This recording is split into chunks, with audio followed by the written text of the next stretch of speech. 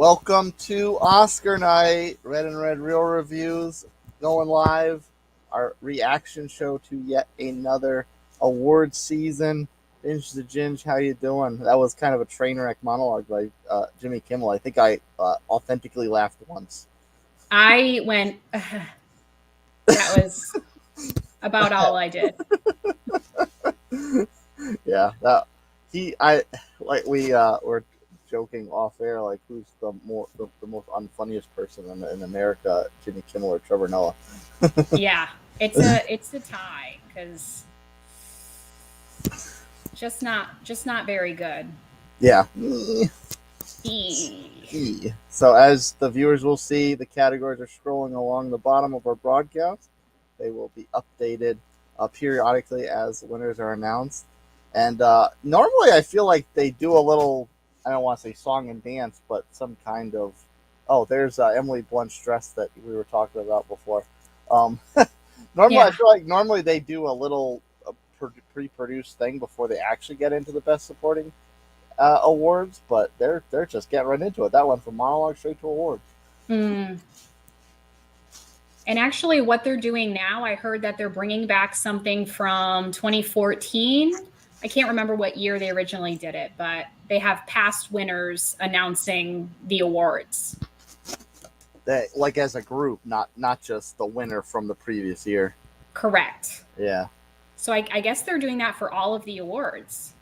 Yeah, I don't necessarily like. I know they kind of did that a little bit with the SAGs. I don't necessarily know if I like that with the Oscars. I think the Oscars is should just be like whoever won. Like it's kind of a passing of the torch thing. Yeah, I think they're trying to change it up a little bit, which they're changing it with the time. Maybe next year they'll go on a streaming service. That's what I hope. Yeah. Real quick, just because we're looking at it right now. So the Globe and SAG winner, Davine Joy Randolph from The Holdovers, they had a side by side in a dress with, I think that was Lupita Nyong'o. Yes, correct. Yeah, and their dresses look almost identical. Yeah, they're both shimmery silver. Yeah, and like sequin up here, and then a little fluff around the bottom. So she doesn't she just what's her name? The supporting actress for The Holdovers. She just seems like she's such a sweet woman. Mm-hmm. Yeah. She was just crying. Yeah, I was gonna say there's a lot of emotion visible just there. She, like, that actually got me a little bit. She that was just really sweet. You could tell she's like humble and down to earth. Yeah. So okay, so that's America Ferrera. For some reason, I thought America Ferrera was the child, Barbie, not the mother. Right, and she wasn't in it that often. Like, right? She wasn't in it that for maybe 20 minutes total in the movie. I feel like she was in like the beginning and the end, or like not the very beginning, but kind of early, and then she was a big part of the end of it. She had that little speech, but other than that, which I don't want to say it was an eye roll, but it was eye roll E. Yeah. Parts of it, bits and pieces I related to, but the whole of it, I was like, this is this like modern feminism bullcrap that I can't get behind. Sorry. Yeah, and the other thing about it is, like, I think they kind of forgot. I think they kind of took the Barbie movie and kind of made it not what Barbie is. You know? Yes. Barbie's a toy. Like, the parts of Barbie that were good were the parts that were funny and silly. Right. Will Ferrell parts, Michael Cera parts. Mm-hmm. I loved when Ryan Gosling sang the Matchbox 20 song. Oh, yes. That was great.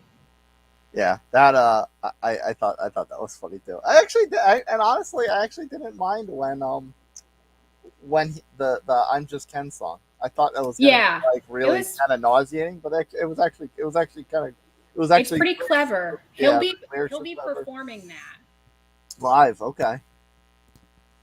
Oh, okay. So 3 for 3. Oh, good. I'm glad she deserved it. Oh, I'm so glad.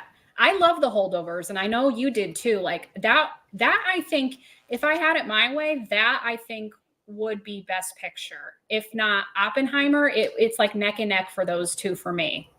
Yeah, I think for me it's a very close three-way tie between the holdovers, Oppenheimer, and American Fiction. Um, American Fiction was also very good. yeah, and but I'm actually kind of as much as I really enjoyed Emily Blunt's performance in Oppenheimer, uh, as well as Jodie Foster's performance in Naiad. I'm kind of glad that she swept these for Tavine swept these for the holdovers because Mm. based on the trends we've seen in the award show, I don't know if the holdovers is going to get another win somewhere. Yeah, I don't know that they were nominated for the most awards. I wrote them all down for our show notes, and I wrote um I wrote the holdovers quite a bit. So there's like a lot. There's like some technical categories which I don't think is necessarily the most accurate for that type of film. Mm. But I mean, certainly Paul Giamatti had it, and I think he I swear I saw him on the stage with with an award for the in the Globes, but maybe it was a maybe the categories were a little different. I think they said that he really is a contender. They said that they wouldn't be surprised if he pulls off a win. Paul Giamatti. He hasn't won in a while. Like, not to say he hasn't won awards ever, but it's been a while. So he could very well win Yeah, tonight. I think he won for Sideways, right? Yeah, I mean that was 2006. Yeah. He's won since then, I think. Has he? I know he's been nominated. So did he actually take home another win? Or maybe I'm thinking of Golden Globes because he played John Adams or one of the founding fathers or something in like a limited series on HBO or something Okay. like that. Okay. Maybe around like late 2000s or early 2010s. Yeah. Yeah. That was a Golden Globe though, probably. Yeah. Oh, So hmm? I love that they're all supporting her. Paul Giamatti had like a single tear trickling down his face. Yeah. Well, Paul Giamatti's got they're like I mean both categories are stacked, but he's kind of got a lot of heavy hitters in his category as well. Mm. Yeah. So I think and the fact that he's won an Oscar before, he probably kind of knew like, okay, this is probably her time to shine for our film instead of mine. Yeah, because she's a newcomer, so I'm Yeah. sure we'll see her in other things in the future. So Recording in progress. But you never know because the way, like you were saying, he was kind of been billed as a heavy favorite, so we could have a situation where there's a little bit of an upset. yeah, even with the I don't know if you know Steve Kornacki. He goes over odds for things often Yeah. with sports. I don't know what network he's on, but on the Today Show he does odds and he was going over the odds for Best Picture, and like he was showing that they were all very close. But what they had is Oppenheimer, Holdovers. What was third? Poor Things. Hopefully, American. Oh God, I hope not. Oh, I think it was Poor Things third, and I'm like, no. And that was even before I watched it, where I'm just like, oh, I know I'm gonna hate this terrible movie. Yeah. Well, I mean, we're in our first commercial break on the show, so we could get this the elephant in the room addressed now and talk about Poor Things.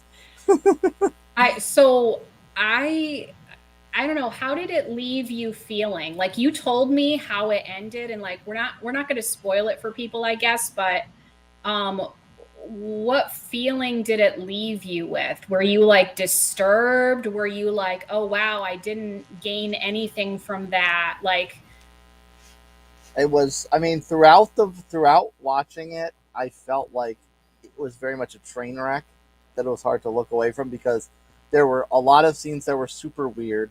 There were a lot of scenes that were super awkward, and there was a lot that just kind of was like, why are you doing this? And I feel like, and then of course there's the whole aspect of Bella, Emma Stone's character, being a full-grown woman with her unborn child's brain that was implanted into her, and that I know that kind of gave you a little bit of pedophilia pedophiliac vibes with that the Yes. character in the film. But and I almost thought, like, looking back on it after the film was done and seeing how it ended, it was like, if they just made her like Frankenstein's monster, like Godwin Baxter is this mad scientist, and maybe he had a wife that died early on, or no one ever wanted to love him, so he never got to have his own child, so he kind of collected all these body parts and whatever and built his own child. I feel like if they just went with something like that, those kind of icky, for lack of a better word, feelings about the film probably are null and void. Yeah, I kind of agree with that, because if the situation was exactly what he was telling Bella, that we first think is the situation at the beginning of the movie, you're kind of trying to figure out what the situation is. Why is she like that? And the way that he explains it to, I think I don't know if it's the student or the teaching assistant or whatever coming in, but the way he's explaining it, like, that would be legit. But when you find out what really is going on, that tarnishes it and makes it sick and disturbing. At least it did for me. Yeah, and that was just, it came off as entirely unnecessary. They could have done that a completely different way, and it really would not have taken away anything else from the film itself. Like no other part of the storyline would have changed. Right. Yeah, it just gave me the ick in a very bad way. It was very twisted, very disturbing, but on another level. Like, I watched Saltburn and I made it through the whole thing. Like, this was disturbing on another level for me. I don't really know how anyone can say that it was genius or brilliant, or that it was this, oh, it's just her path to sexuality and her sexual revolution and all this bullshit. Like, that I didn't see in the half an hour at least, and especially not when you told me like what happened in the movie. I was like, what? Like, it's laughable. It's like, is it a joke? Like, that's really what happened? Yeah. It seems like a lot of time elapses throughout the course of the film. So by the time she gets to the point where she's like going through some kind of pseudo cinematic sexual liberation phase, by the time it gets to that, she's kind of like doing this of her own choosing. So right. it kind of removes the kind of she's still a child thing and kind of gross and icky. It kind of removes that a little bit, but it's still kind of weird to watch because it's almost like a glorified feature film pornography. Yes, exactly. That's what I saw it described as in reviews, and that's very much how I felt. And I only watched 36 minutes of it. So. Yeah. It was a whole nother 2 hours. Oh my God. I cannot imagine. I can't imagine. It looks like they're switching this up a little bit, doing animated feature film. Yeah, they don't normally do this so soon. Yeah, normally they like do both best supportings, and then they fill it up with a bunch of like the technical categories, maybe the documentaries, and then they start to get back into the kind of more glorified categories. You know what they might be trying to do is put all the important awards at the end so that people have to watch the whole goddamn thing. That's what they're.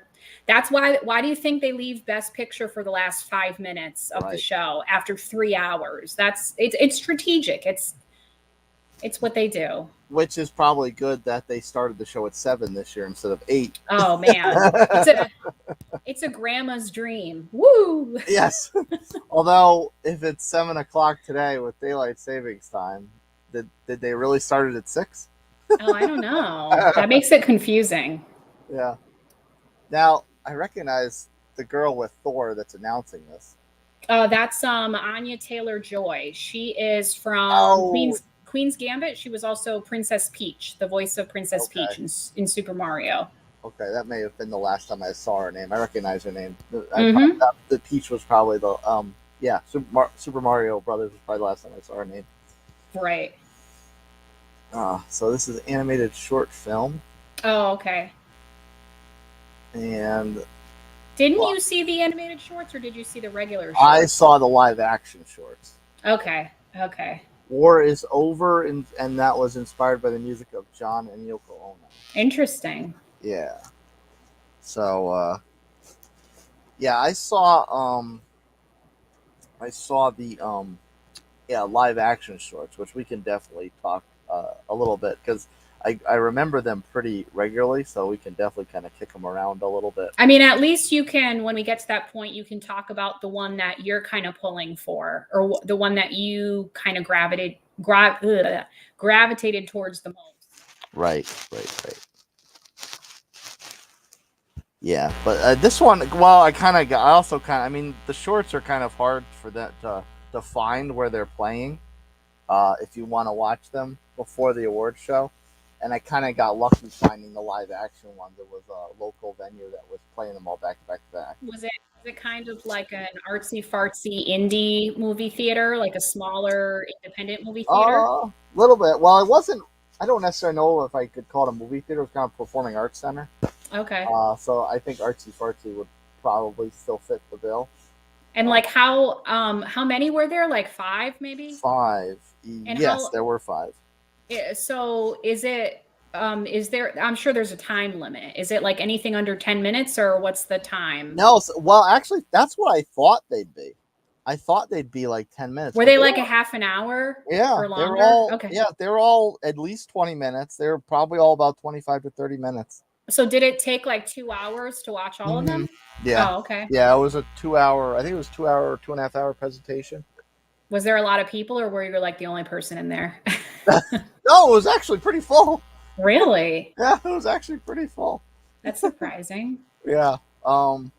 But they we got another award coming up. I think this is. Oh, this is the feature film. Yeah, because there's Spider-Man. Yeah, I feel like they're trying to get the unimportant awards out of the way. Yeah, which I guess I just kind of brain farted on that Spider-Man one coming out. I hope it wins, because I saw the first one. I love the first one. Oh, you know what? I still haven't even seen the first one, but I was thinking of that today, and I'm like, I can't do it. I can't watch both today. So I watched a little bit of Elemental, but Elemental, I just couldn't get into. I don't know if that was just like I'm thinking of the show tonight and I'm thinking of other things. I don't know if I just couldn't focus on it. I don't know if it was because it was bad. Yeah, the that was the one that caught some negative publicity. Publicity, yeah. It didn't do very well either in the box office, from what I've heard. Yeah. They just walked backstage with the Oscar and no one came up to accept it. That was odd. I'm not totally sure what just happened there. Oh, they weren't there, so they always say like, we'll accept the award on their behalf, or whatever it is. Yeah. Would have been nice to throw up a lower third, because we can't, have the volume too high while we're talking. Yeah. Oh, I keep on closed captioning. I am a closed caption queen. So which one? Let me know if you catch it. But yeah, we can go into some live action short films. It was called the one that won was the animated feature was like The Boy Who Something, or The Boy in the future. Oh, The Boy and the Heron. The Boy and the Heron. That's what won. Okay. Yep. Yeah. So with the live action short film. So funny enough, the first one, they must have just played them in alphabetical order, because the first one was with our man David Oyelowo. And he was playing this father, this businessman who, you kind of get the feeling like he has an estranged relationship with his wife and daughter, where he's kind of not really present that much. Work takes up a lot of his time. Okay. It starts off. He kind of tells his boss on the phone, "Listen, push this meeting. I'm going to my kid's recital. Yada yada yada." So he walks up. He sees the mother, and she's kind of surprised to see him. So it's like, "Yeah, I'm here for the show." He gets a call from his boss again. It's like, "Hey, what's up? I'm not doing this." And like all of a sudden you get like, you know, music drops like really dramatic, and he turns around and this like terrorist comes in with this like freaking Crocodile Dundee knife. Oh wow. And runs up, and the mother like flips and ducks out of the way, but the kid doesn't react in time, so this terrorist kills the little girl, flips her body over the edge of the balcony they're standing on, and then the mother, absolutely distraught because just watched her kid die. Oh like my this god. way, she just jumps over the side herself. So of course he's running over. He doesn't get there in time to stop the attack, but he runs over, not tackles this guy to the ground. A couple other people run over. They pile on. They start holding him down for the authorities to come and haul him away. And then like they kind of flash forward. This is I never say this is actually called The After. I didn't say the name of it. Oh, okay. So you've kind of flashed forward, and he's kind of like not this big business guy anymore. He looks like a little gruffer facial hair wise, and he's an Uber driver. I was gonna say, is he like reclusive and like lives in a cabin in the woods or something? Yeah, and the rest of the short film goes through him picking up different customers and listening to their the trials and tribulations of their life. And at the end of it, he picks up this couple and their daughter from the airport. And the whole time in the cab, the couple is bickering back and forth, back and forth, back and forth. And the little girl is obviously awkward. Like she keeps looking up the mirror. He keeps looking up at the mirror back. And so he finally drops them off. He takes the bags out of the car. Of course, the parents are walking out. They're still arguing like night and day. And he turns around. The girl hasn't gotten out of the car yet, or she hasn't closed the door. And he says something like, "Don't you want to go inside or whatever?" And she runs over and she hugs him tightly from behind. And he just collapses to the ground in like pure emotional distress and bawling his eyes out, because here's this little girl in this kind of, I don't like, synonym kind of similar situation to what he and his wife probably dealt with. And it just kind of took him back to probably his family that lost their lives. And of course the parents come over like, "Whoa, what's going on?" So they don't know why is this guy losing his shit on the sidewalk.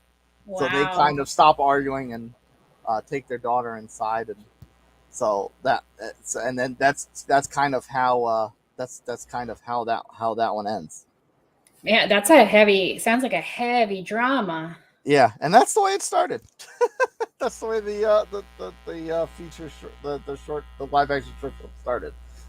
Wait, so question about Poor Things. Does it go from black and white to color at some point? Yes, it does. It's actually it's really only black and white for the first hour, 45 minutes. I think actually at the beginning of when I turned it off, maybe it was like 25 minutes or so, that's when it did it went into color, I think.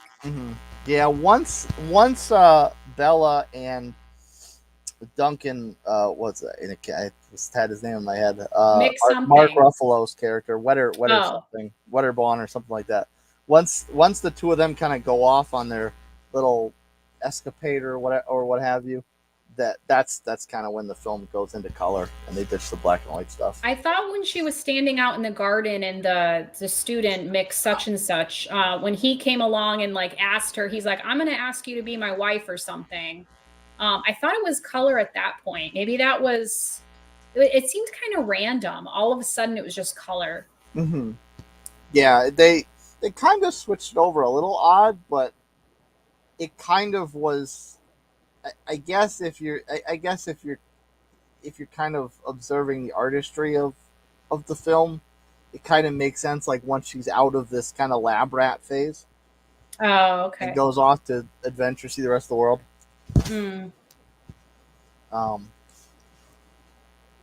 They're doing adapted screenplay or these are best screenplay. Maybe they're doing both. Actually, they might be doing adapted and original. Yeah, I actually like these categories because they're kind of like if someone can't win Best Picture, this is kind of okay, you were kind of a Best Picture winner, but we can't give you Best Picture, so we give you Best Screenplay. I want to say back in the day, something like Juno might have won for Best Original Screenplay, right? I think it did. I like when things like that, like there's a movie that's just very unique and it gets that recognition in that way, even if it doesn't sweep the other major awards. Mm-hmm. Yeah. So they're doing original first. So we know even if Best Picture were to follow suit and Oppenheimer to win, we know Oppenheimer won't win this one because that's adapted. So this could be a chance for the holdovers or Maestro to win, or Anatomy of the Fall. I like how they put the words on the screen. I don't know, it just. Oh yeah, I do like that. I like that too. This one, May December, I actually didn't see. I actually was. Oh wait, no, did I? Yes, I did. I'm sorry, I did watch this. Talk about an odd movie. We could talk about that after they announce the winner. That was an odd movie. And I was well, I guess it wasn't necessarily totally one to one. May December. I think we talked about that a little bit. We could have. I don't know if we talked about it on one of these lives. Past lives, did you watch? It was okay, but again, not Best Picture material to me. No, it was. I guess it would be okay for this. Yeah, it was it was about one of those situations where the teacher and the student have an affair. Yes, it was based on that true story. Yes, mm-hmm. It was on Netflix. I watched it. It was, it was. Natalie Portman's character is very odd in that. It is a very odd movie because it's based on that true example. Yeah. Well, you're going to be happy with the winner. Oh, they were just playing the song. Yeah. The instrumental version of the PIMP. That's hilarious.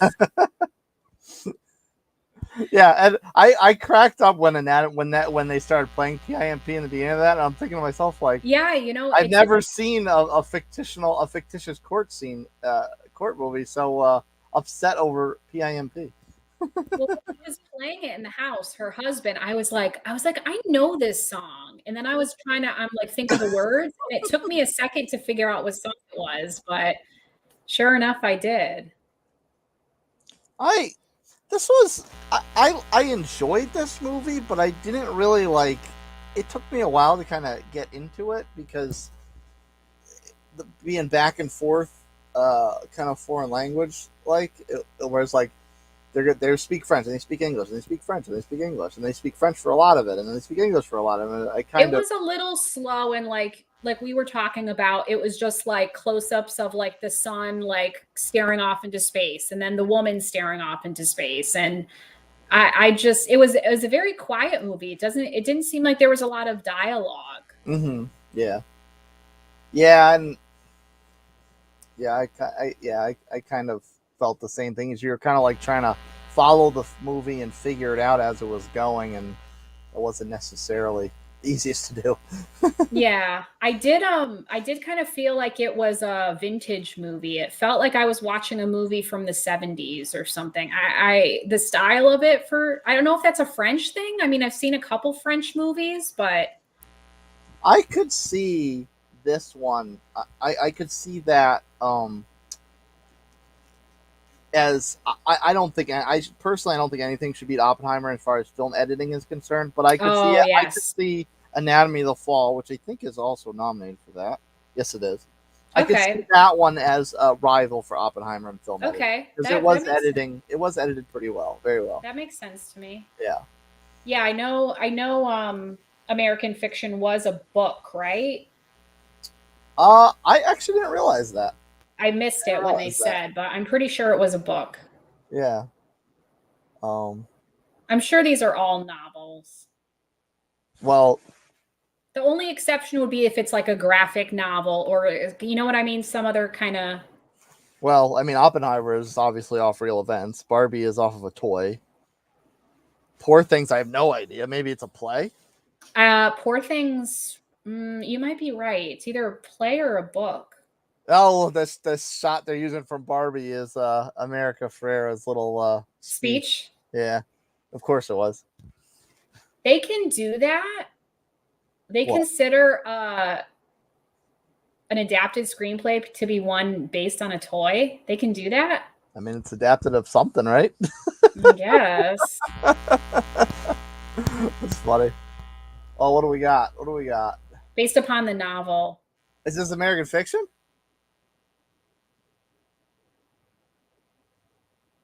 What do we got here? Come on, closed captioning queen. I'm listening with no audio. I'm on a delay here. Oh, that's right. You are. Yeah. Yes, American fiction. I'm happy about I'm happy. Oh my God, they're gonna get something. Thank you. They're gonna get something. That also makes me very, very, very happy. So here's what American fiction succeeded in that Poor Things was trying to do. They had a clever script, and I mean that. It was clever. They had a clever premise. Mm-hmm. Poor Things should take some notes on how to make something like that's not crazy for shock value, that actually has some intelligence up in here. Yeah. Substance, intelligence. Yeah. It's witty, it's clever. It's pretty, I mean, it is based on a book, but it's pretty unique of a concept. Yeah. I mean, I guess we can get into our second Best Picture kind of full breakdown, since this is also nominated for Best Picture. And watch, this will get us banned off the internet when I say this. So the most rewarding part of watching American fiction is seeing all these wealthy, privileged, like probably politically left white people trying to, consume this caricature of what they think the Black experience is. Yeah. And watching actual Black people sit there and roll their eyes like, yeah. Yeah. Which I also found funny at the end when he kind of gives that douchey director the ending he wants for the film adaptation of Fuck, or I guess at that point it's not Fuck, it's Monk writing Fuck.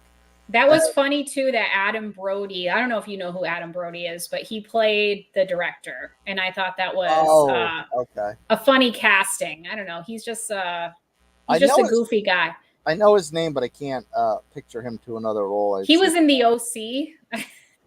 Nighttime soap, basically. Yeah, you wouldn't have seen that. I don't know, he's been in some other random teeny bopper kind of movies, but nothing you would know. Yeah. But yeah, that just like nothing. And I don't know if that was intended, because it's Hollywood, and they're all wealthy, privileged white people. Yeah. That think they know the actual struggles of other communities. So I don't know if that was intentional or a happy little accident, but it was kind of nice to like put that character of those silly, wealthy, elite white people, to call those people out. Yeah, put them up as the mockery they often are. Right. But other than that, I enjoyed. Obviously, it's going to be a tough task for Jeffrey Wright to win Best Actor with Cillian Murphy and Bradley Cooper with the performances they did. But I thought he was very well in this. Like, you could tell he was a conflicted man. Yeah, I thought he did a great job.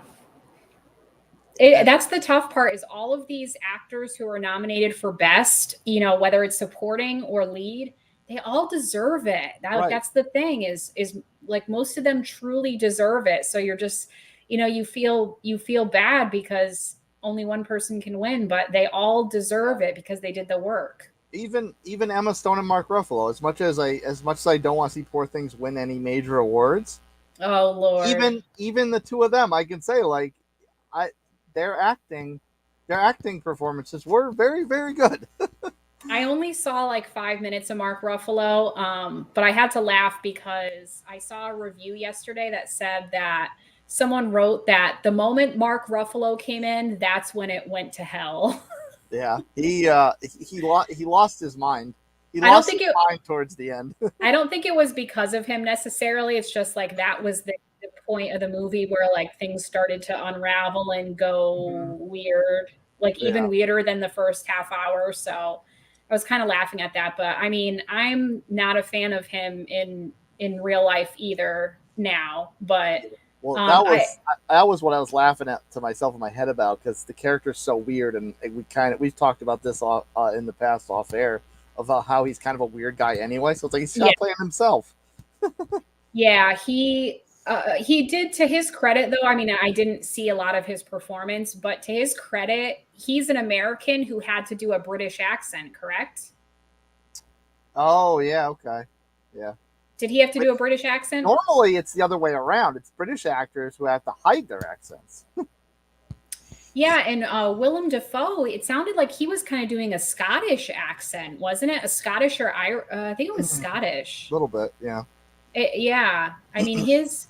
I hope, you know, for makeup or whatever, or special effect makeup costuming. I hope that they get some awards for his mangled face. But yeah. But speaking of best supporting actor with Mark Ruffalo, and sticking with the American Fiction conversation, obviously I'd love to see Sterling K. Brown win, because we're both This Is Us fans. So Randall holding an Oscar would feel like a little justification. Yeah.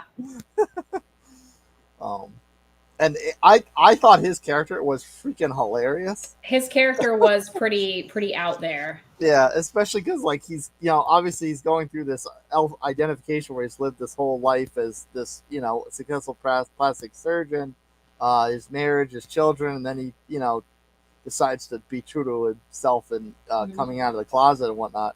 And when he, like, you could see, like, this is just someone who's just living with passion, and just kind of everything else is he's just like a bull in a china shop with the rest of his life. He's kind of a screw up. Yeah. but like he was so funny to me, and he was like a very good almost reality check to Monk, Jeffrey Wright's character, where at the end where they're having that heart to heart, and he's like, people for some reason want to love you. I don't know why.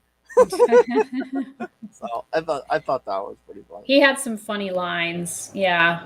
Yeah, but I'm really glad American Fiction got something, because yeah, I'm happy that they got it for screenplay. That's the right move there. Mm-hmm.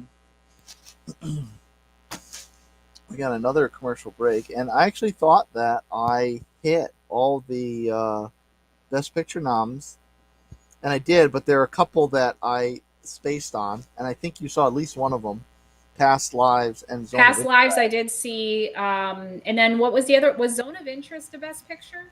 Yeah. That one I did not see. Did you see that one? No. And I think I read the bio on, and then it sounded interesting, but it just kind of out of sight, out of mind. I kind of forgot about it, to be quite honest. Yeah, but what was Past Lives? Kind of walk me through that, because I'll have to walk you through another short. Yeah, Past Lives was basically this woman is born in she's a little kid, and she's born in Korea, I believe. And when she's like 10 or 12 years old, her family decides to move to the United States. So they move, but she had this little friend that she was really close with. So later, as she grows up, she's in like her maybe like 20s, mid 20s or something. 10 or 12 years later, her little friend is like looking for her online. So I think her dad is a film guy, maybe. Mm-hmm. Director, that sort of thing. Something like that. And so I guess, you know, her little friend in Korea, he still lives in Korea. He goes on her dad's page and is asking, like, where's, what is so-and-so up to? I forget what the character's name is. And basically they get back into touch again. And then kind of over the years, every so often they talk again. And then at some point he comes to visit her. So she's kind of confused. Like, it's kind of a love triangle. She's like, okay, well, do I have something? Like, is there something here with this friend of mine from my childhood? Or like, am I being weird? Like, should I stay with my husband? It's kind of like this weird love triangle. So it ends up resolving in a way that's, I think, realistic, in that it ended up resolving interestingly enough. But it was an okay movie. But yeah, it's just basically about a love triangle. A lot of it is in Korean, because they'll speak Korean to each other, and they'll be Skyping and stuff like that, and so they'll have subtitles on the screen. Like, I would maybe say the subtitles were there for like a quarter of the time or a third of the time. So yeah, it's another one of those movies you can't really multitask. You gotta be there to read. Yeah, and it almost sounds like a little bit of a pen pal aspect to it with a little bit, but yeah, it's a love story. It's just a love triangle. It's not like super dramatic or anything. It's pretty realistic, but that's all it is. It's kind of light. Yeah, I just had the name of the film and I forgot it, but it swept a lot of the awards a few years ago. It was that it was another Korean film, and it had a lot of subtitles on it, but you were engaged the whole time, so you didn't feel like it. It was Are you talking Parasite? about? Yes. Parasite. Did you watch that? Yes, I did. I saw it after the fact. I didn't see it before Oscar night, but I saw it after the fact, and I was like, this is actually really good. I'm trying to remember if I watched it after the fact too, or if I watched it right before, and I was just like, what the hell is going on? That was a really well done movie. It reeled you in, and it hooked you in, and yeah, I mean, it was all in Korean, but that's what I thought. Yeah, that's what I thought. Yeah, I really. Oh, they're showing it now. Yeah. Hey, look at that. We spoke it to existence. We manifested it. Yeah, they have a lot of footage like of them as kids, and they kind of go back and forth a little bit. Michael Keaton and Catherine O'Hara coming out for this. Remember that Stella from the morning show we were talking about? The woman in that movie? Was that her? That's her. That's her. Yeah. Okay. Yes. Okay. Actually, I kind of remember us talking about this a few days ago. Yes. Right. Yeah. Okay. Yeah. Oh, geez. This is the morning show. The morning show. This is a fun pair, Michael Keaton and Catherine O'Hara. Yeah. And so, when you look at Catherine O'Hara after Schitt's Creek, yeah, has that kind of erased any memory of her as Kevin McAllister's mom? I don't think it's erased it, but I would assume that, I just feel like she's going to speak in that voice from Schitt's Creek. Like, I don't really see her as, like, Kevin. Like, I don't see her as Kevin's. Yeah. All she's missing is a weird wig from her Schitt's Creek character. Like, she had all those weird wigs. Mm-hmm. Yes. Yeah. Oh, are we doing that was weird. They had that Past Lives banner, and I think they're doing makeup right now. Yeah, they're just showing all the past, all the Best Picture nominees, like at the beginning of each commercial break, I believe. Oh, just to bring it back. Okay. All right. They announced the winner. This is makeup. So I think this one I had to kind of conserve some space in the ticker, so I didn't write this one in there. But this one, like we were saying, Poor Things, I'd be okay with that. Oppenheimer, I kind of forget about, but they did when they kind of olded up Cillian Murphy and they olded up Robert Downey Jr. I thought that was pretty good as well. Pretty accurate. Yeah. Yeah. Let Poor Things win a. Yeah, and it did. A style. Yeah. Let him win. That's fine. Yeah. Because that's something they actually did well, is the look of things. They did that well. The content, not so much. Yeah. No. But we'll give them credit for the look of things. Yeah. I mean, and honestly, even I'm not saying it should win cinematography, but even cinematography like that would be something that I would kind of be okay with. Poor Things. Yeah, I would be okay with that too. Because like the way they shot it, the way they, like it wasn't all black and white. It wasn't like right. That. It kind of was even in the same vein as the way they shot Maestro, where it was black and white very early on, and it's all flashbacks. Right. And then they as they kind of advanced through time, it was more color and big, Right. bright, kind of vibrant aesthetics. Yeah, and not like it's anything groundbreaking to have like, oh, a movie is in black and white. Like I mean, I don't think it should be given an award just for that, but Yeah. And that or if it's they're like, just ripping through some right now, aren't they?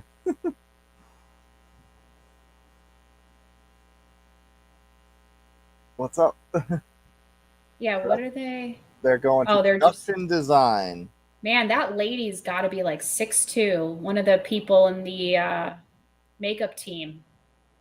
Oh, She well, is tall. yeah. Production design. I'd be okay. Honestly, I'd be okay with Poor Things winning this. Right. And you might laugh. You might laugh at this, but I kind of want Barbie to win this. Barbie, I'd be okay with too. Again, Yeah. like I know they spent a lot of money on the Barbie set. They took like all the pink paint. Did you know that? That color of pink paint for the set, like the dream house, like the whole world was out of that pink paint supply for a while because Barbie set took it all. And They use so much. That's yes, and that's not a lie. Like that was a real thing. Like they took out the supply because they needed so much of it. That's like when there's a hurricane and everyone rushes to the grocery store to buy milk and bread. Yes. Yeah, they stole all the pink paint for their set of Barbie's dream house. Yes. Okay. Go figure. That one is another technical win for Poor Things, and yeah, I'm okay with that because that's fine. It was very grandiose, kind of early European historical aesthetics. So, and that was, yeah. It looked pretty. I don't remember what the nationality is of the director, but the director is foreign, I'm pretty sure. Of Poor Things. Yeah, I don't know where he's. I think it's a he. I don't know where he's from, but he's a deranged gentleman. Yeah. Because he also directed The Favorite, which I have not seen, but you've brought that up a few times as something equally repulsive to you. Right, and also it's the same writer as The Favorite. Full team. Yeah, so it's the same director and writer of another movie that I really did not care for. Is Jimmy trying to make another poor attempt at being funny? Oh wait, what's this? No, what is this? This is different. Oh, they're doing a flashback to many moons ago when a streaker ran across the Oscars. It's a little pre-produced flashback. Okay, if somebody does it, you're trying too hard, Jimmy. 1974 was 50 years ago. You're gonna love this. You're gonna love when you see who it is.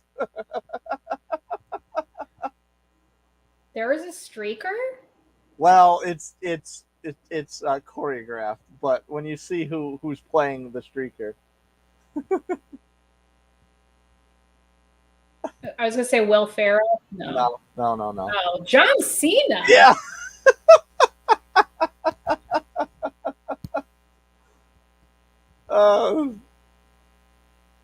What is happening? I mean, I guess it's kind of like a little SNL style skit.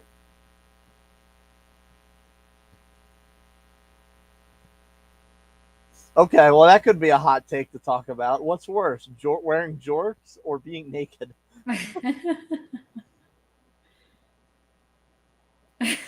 Oh, I see what he's doing. So this whole thing is a setup for costume design. Oh, okay. And he's using the winner card to hide his private area. Okay.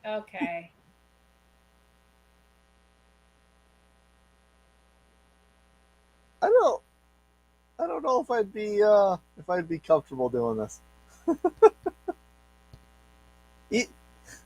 Even if I was built like John Cena, I don't know if I'd be. You can't really be naked. I don't. It doesn't look like there's much behind that card. He's got to have something on. Man, he looks like a Ken doll. Yeah. What's Roid Rage Ken? Steroid Ken. Steroid Ken, yeah. So costume design. I mean, at this point, this will probably be Poor Things again, which I'm fine with. But Barbie, man, why didn't he host? John Cena? He actually is John funny. Cena host? Like everyone in the crowd is like in hysterics. Mm-hmm. Oh, jeez, they put him in a curtain so he could actually hold the card. Poor Things. Okay, so that's swept. So that's swept those three. All right, that's fine. I think they were nominated for like 10 or 11 or something total. Is that true? Probably a lot. Yeah. Oh, I want to say Oppenheimer and Poor Things had the biggest total of nominations. mm-hmm. I want to say it was 10 or 11 or up there. Yeah. Okay, so you're gonna love this because you know how our podcast has a ton of downloads in Australia. Yeah. Hello, short and stout beer reviews. Cheers from down under. How are you, sir? Short and stout. Oh my God, I love that name. That is hilarious. I love that. Maybe Sam is responsible for all the podcast download in the Southern Hemisphere. For beer reviews. Oh, that is a genius name. Like every once in a while, I come across like a business name or something, but that is a genius name. Yeah.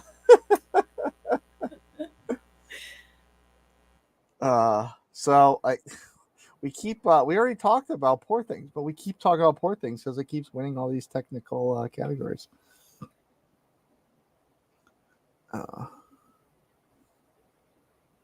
Her name's Holly Waddington, I think, and I had to do a double take because that made me think of Hannah Waddington. Oh, Hannah Waddington from Ted Lasso.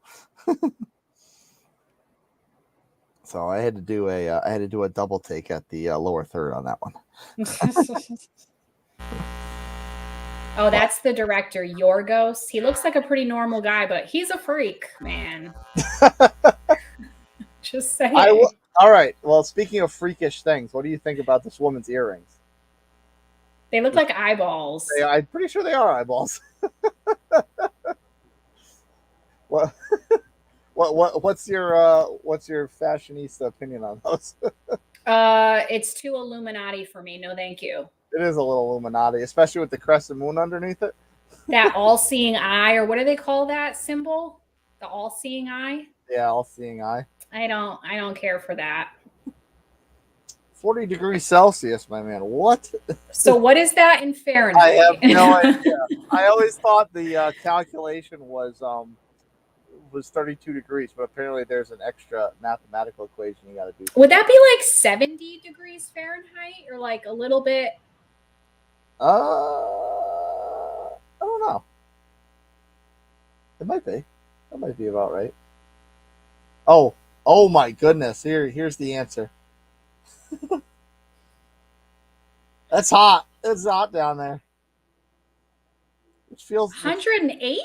Which seems odd to me because it should be their fall right now.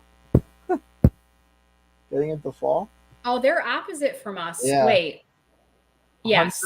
100-degree fall day. That seems. And he said it's Monday morning, so they're what, 12 hours ahead or more than 12 hours ahead, correct? Yeah, they're past the international dateline. Yesterday was around 108. Heat wave. Wow. A few cheeky Cheeky. morning beers as I'm on the night shift. We need to be friends with this short and stout person because we know that Australians listen to our podcast, but also from my husband's online shop, not from our main site, but from one of the other sites we have our merchandise on. We've had Australians buy patriotic shirts, which is cool. I love the fact that Australians are patriotic for the United States. I think that's really cool. Yeah. Sam, spread the word. Get get all the Aussies to download Red and Red Real. Round up the Aussies. I'm not going to attempt to do an accent because I'm just going to butcher it. It's like what's the expression? I'm huge in Japan. We're huge in Australia. I wonder if it's the time difference. Is it the way that, like, you know, the days or the times that we post the podcast? So like it's prime time for them. Maybe. Like they're like getting up and they're like, oh damn, there's a new podcast episode. Like I wonder if it's the timing. It could be. It could be. That's like, hilarious. If let's say like Tuesday morning is hot time for America. It's Wednesday night in Australia. Who knows, man? That's the Red and Red download time. All right, I guess we could talk about another. I guess I could talk about another short film right now since we got to kill. So the next one was Invincible, and this one was it was good, but it was a little odd to get into. So this kid, he almost kind of gives you the impression like he's adopted, but I guess he's just a bit of a, I don't want to say problem child, but dealing with not necessarily a problem child, but dealing with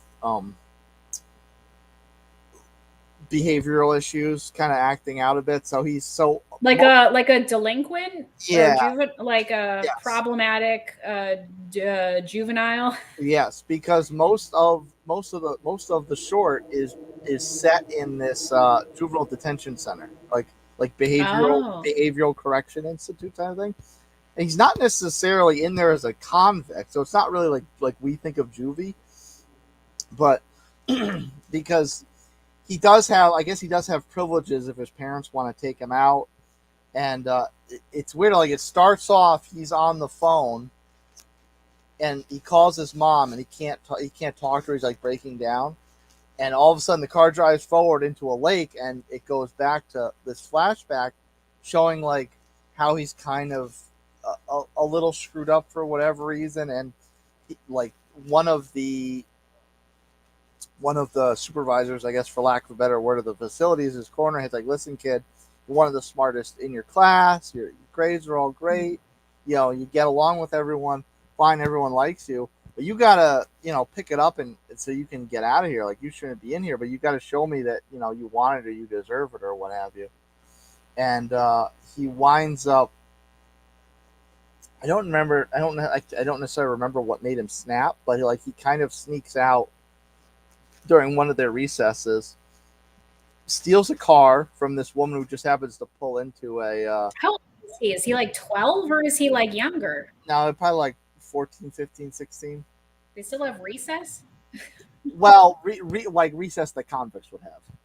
Oh, okay. Yeah, like outdoor time, I guess. Oh, okay. So he busts out of here and he winds up stealing his car, and that kind of takes you back to the scene from the beginning where he's kind of he doesn't really know his identity and drives himself into the lake or whatever.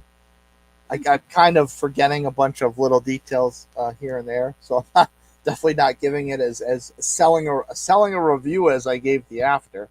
But it was all right. It was kind of. To me, it was probably the lesser of the five. Okay.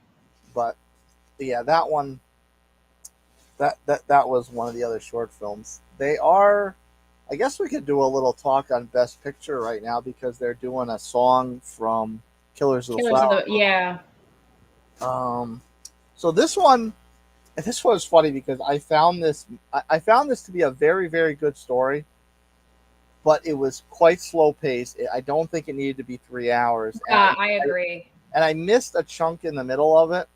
So I saw probably the first half of the movie. I kind of was fading a little bit. So I stopped it and I figured I'd get back to it. I didn't watch the end of it till this afternoon. And I didn't feel like I missed anything from that chunk I missed. Like the end of the movie felt like such a full circle to the first, hour and a half, hour 40 minutes. Yeah, it was kind of just like a progression like, you know, from start to finish, like of Leo's character and his wife's life together, kind of, and their life with Robert De Niro involved in it. Yeah, the dirtbag that he played. Well, Leo was a scumbag too, and I wonder. I was gonna say, for like costuming or makeup categories, I'm like, okay, what about Leo's fake teeth? Leo's, Like, yeah. is anyone going to get an award for doing Leo's fake teeth? Yeah. Because those were pretty gnarly. Yeah. But yeah, that one, I thought it was a great story. I think we've talked about it on one of the other lives. I think it would have been better served in a different format, kind of a mini series or right, limited release series or something like that. But yeah, the end, it felt justifying in a number of different ways. One, Robert De Niro was supposed to be the dirtbag that he was, although that little thing they did with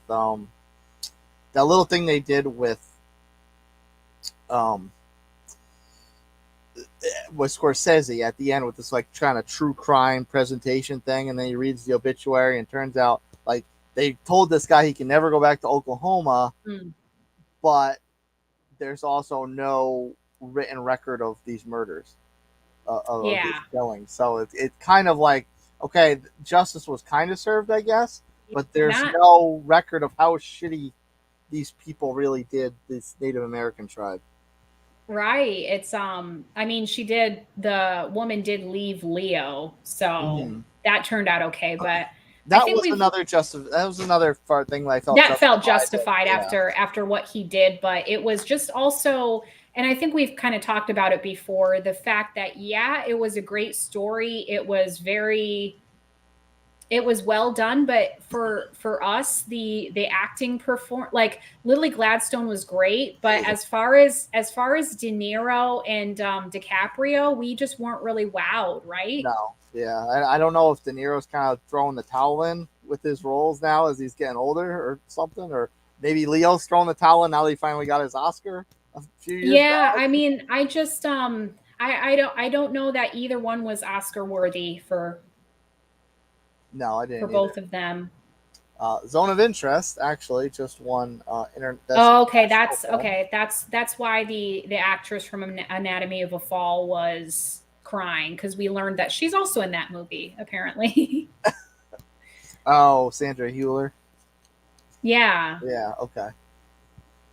Do you see that guy in his all black tux? Are you impressed? Yeah. Oh, yes, that's right. I'm sorry. Yes, I forgot our previous conversation. Yes, the epically suave choice of a pure black tux. Yeah, when we just to fill people in case they missed it, we were covering the SAG Awards and we were commenting on Idris Elba, who hosted it, his all black tux. And Chase mentioned something about how he wanted to get a all black tux for the next wedding or event he went to.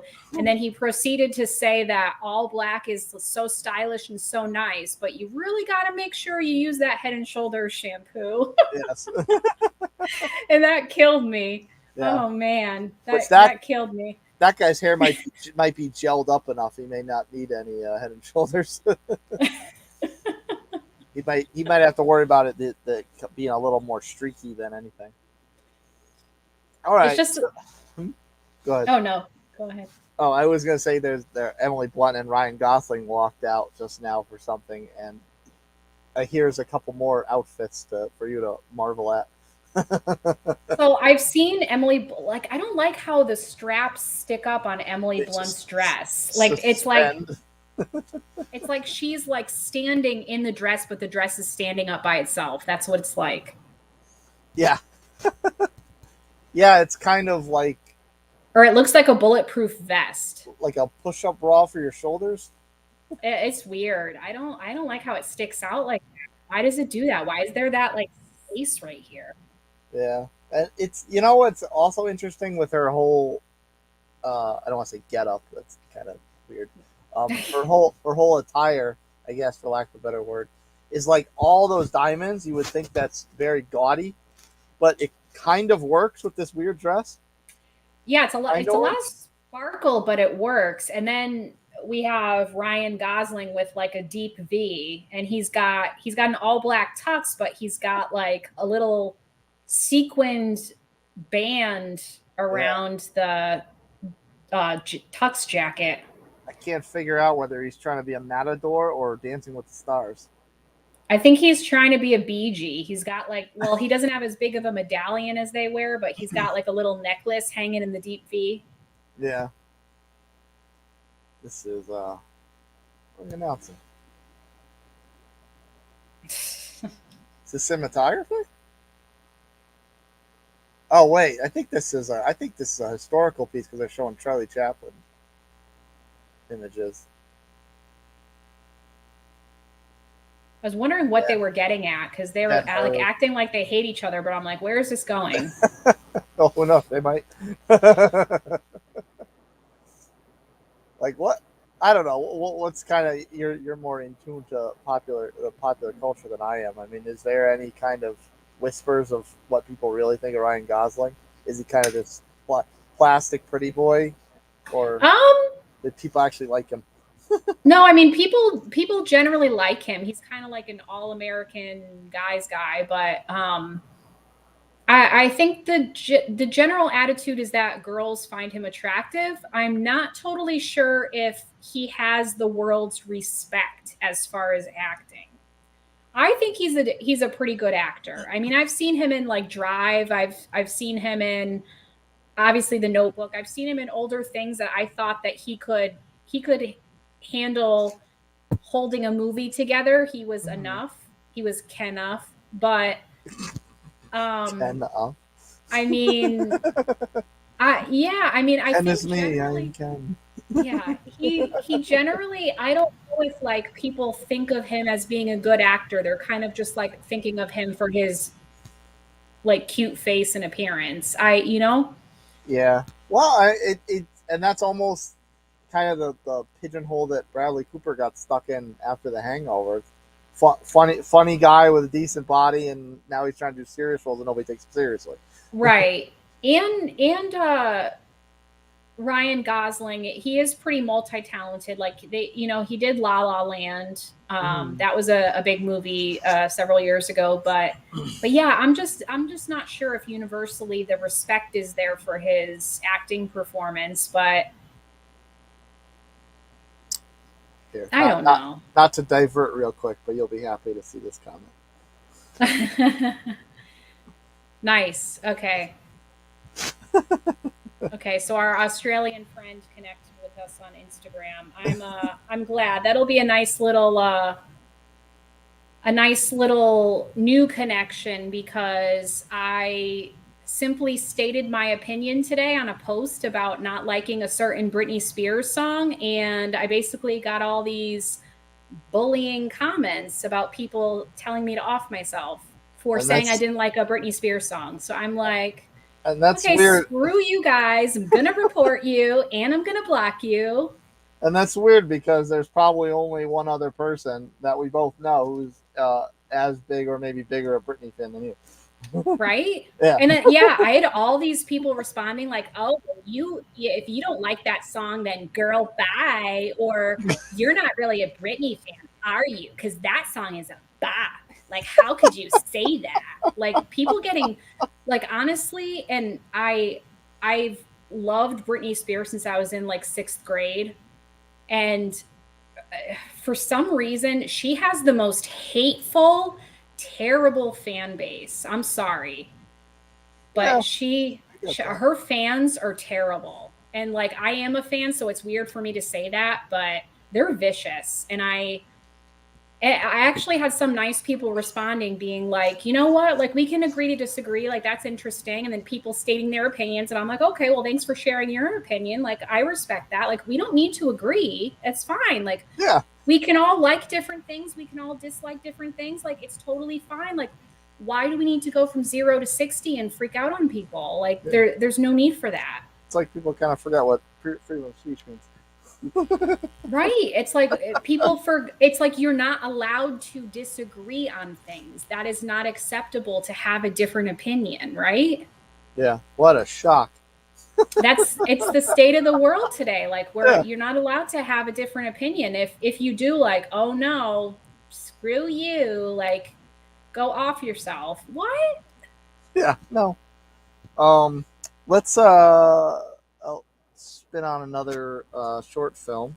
So the next one is called Night of Fortune, which is Are actually were all 5 of these dramas? Like it sounds like they're pretty uh, hardcore dramas. other than the last one. The last one was a little silly.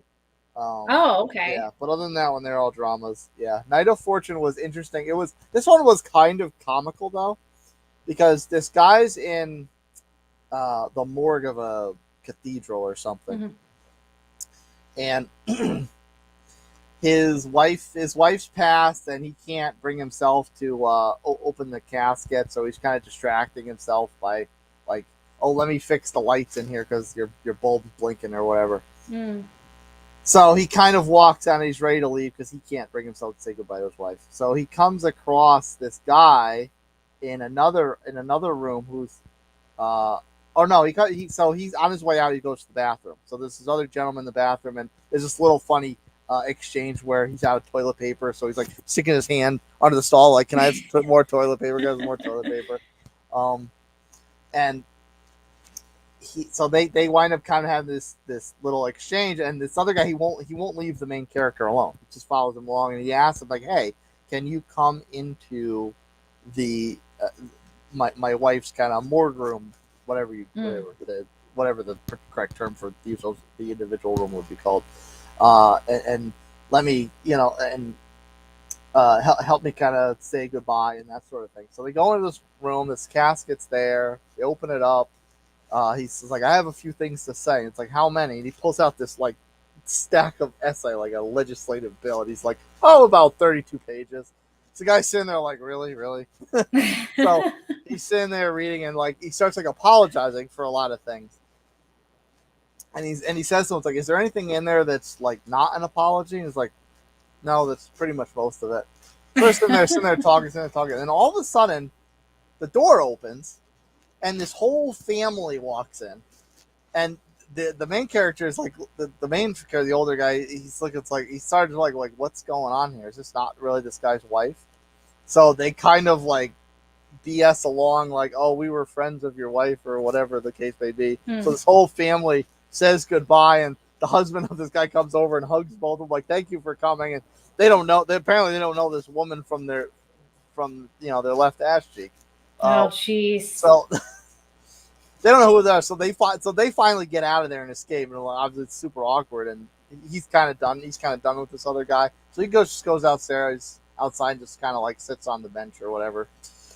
And so the main guy, he finally kind of gets the courage to go back into his wife's cell and try to open it again. So the doctor, or I guess the cathedral's priest or embalmer, whatever he is. So he comes in, and they have a little conversation. And he says, "Hey, who's this other guy?" It's like, "Oh, he's a regular here. I guess his wife died in like a plane crash or a wreck or something like that. The guy never got to say goodbye. So he comes around here and tries to like say goodbye to his wife through all these other wives that pass on, who are at the church and the morgue." So that's so and then at the end, so he winds up inviting this guy to go to come with him to his wife's room, and he helps him open get past his anxiety of opening the casket and saying goodbye to his wife. And by the end, they wind up going outside, and they wind up having a laugh together, and they kind of wind up being friends, and they don't even know each other. They were sitting in stalls together taking a dump, and the guy's trying to get more toilet paper. He's just trying to make conversation and get him to go into the room to help him say goodbye to his wife, who's not really his wife. And the guy's a little weirded out, and they wind up actually being friends because this guy that went through this trauma winds up helping him say goodbye to his wife, who actually did die recently. Oh wow! So it was kind of a nice moral to the story. Yeah. Yeah. That sounds like a little bit funny though, just kind of a odd situation. Yeah. And here is Best supporting actor. Yeah. Here's just to jump back to the conversation from before. Yeah, I don't like when people get angry and won't accept your opinion either. Like you can accept that. Like, let's agree to disagree. Like, I love that phrase. It's probably cliche, but it is super cliche. But it sums up the emotion kind of well. Like, it's okay. We can still go have a beer later. Right. We can still disagree and not hate each other. We can still get along. Yeah, it's not that hard. Yeah. So these are the best supporting actors now. And one of the guy with the big beard. That's Sam Rockwell. Oh, okay. That's why I recognize him. What did he win for? Okay. It might have been like 5 to 7 years ago. I can't remember what he won for. Where has Christoph Waltz been? You know what? I haven't seen him in a while either. Right? I really like Christoph Waltz. He was in Inglourious Bastards, but he was in a few movies. Tarantino movies. A few movies, and also what was that one called? Oh, there's Mahershala. He's up there too. Tarantino, with Leo. With Leo. What was that one called? Leo, not Django. He was in Django. Yes, Django Unchained. Was Leo? I don't remember Leo in Django though. Leo was Django Unchained. Oh, he was like okay. He was a super racist. Yeah. Okay. Yeah. He's kind of like because we always talk about how like going back to TV, Taylor Sheridan reuses characters, and Christopher Nolan reuses characters. Right. Cillian Murphy's in every Christopher Nolan movie, so it's the same thing with Tarantino. Like Christoph Waltz has been in so many. Oh, you know who's another one? Tim Burton. Yes, yeah. He always uses Helena Bonham Carter. And Johnny Depp. He's used Johnny Depp several times. Yeah. What? Wait. Oh, I got so confused because they announced RDJ. Oh, good. They announced RDJ, and Randall stands up. Sterling K. Brown stands up. So I was like, wait a minute, upset? And I don't think so. I mean, obviously he won the SAG and he won the Globe, but I don't think he had. I think I kind of want to turn the volume up and listen to his speech. Yeah, I don't think he's won an Oscar before, though, right? Yes, it's a first Oscar win. That's what my captions say. His third nomination. I didn't know he's been nominated 3 times. I can remember at least one. What else? The hell else was he in that he got nominated for? I know it's not the Iron Man film. Sorry to say. No. Although he was the perfect Tony Stark.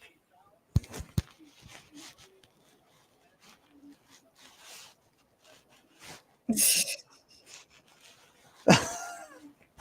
he'd like to thank his terrible childhood and the Academy. In that order. Yeah. He actually, you'll get to it in a second. He actually had a pretty sweet little message for his wife. His wife produces things with him and stuff like that. Really? Yes, they produced, what's that show on Netflix with a little kid? Sweet Tooth. Oh. Okay. It's a cute show. I liked it.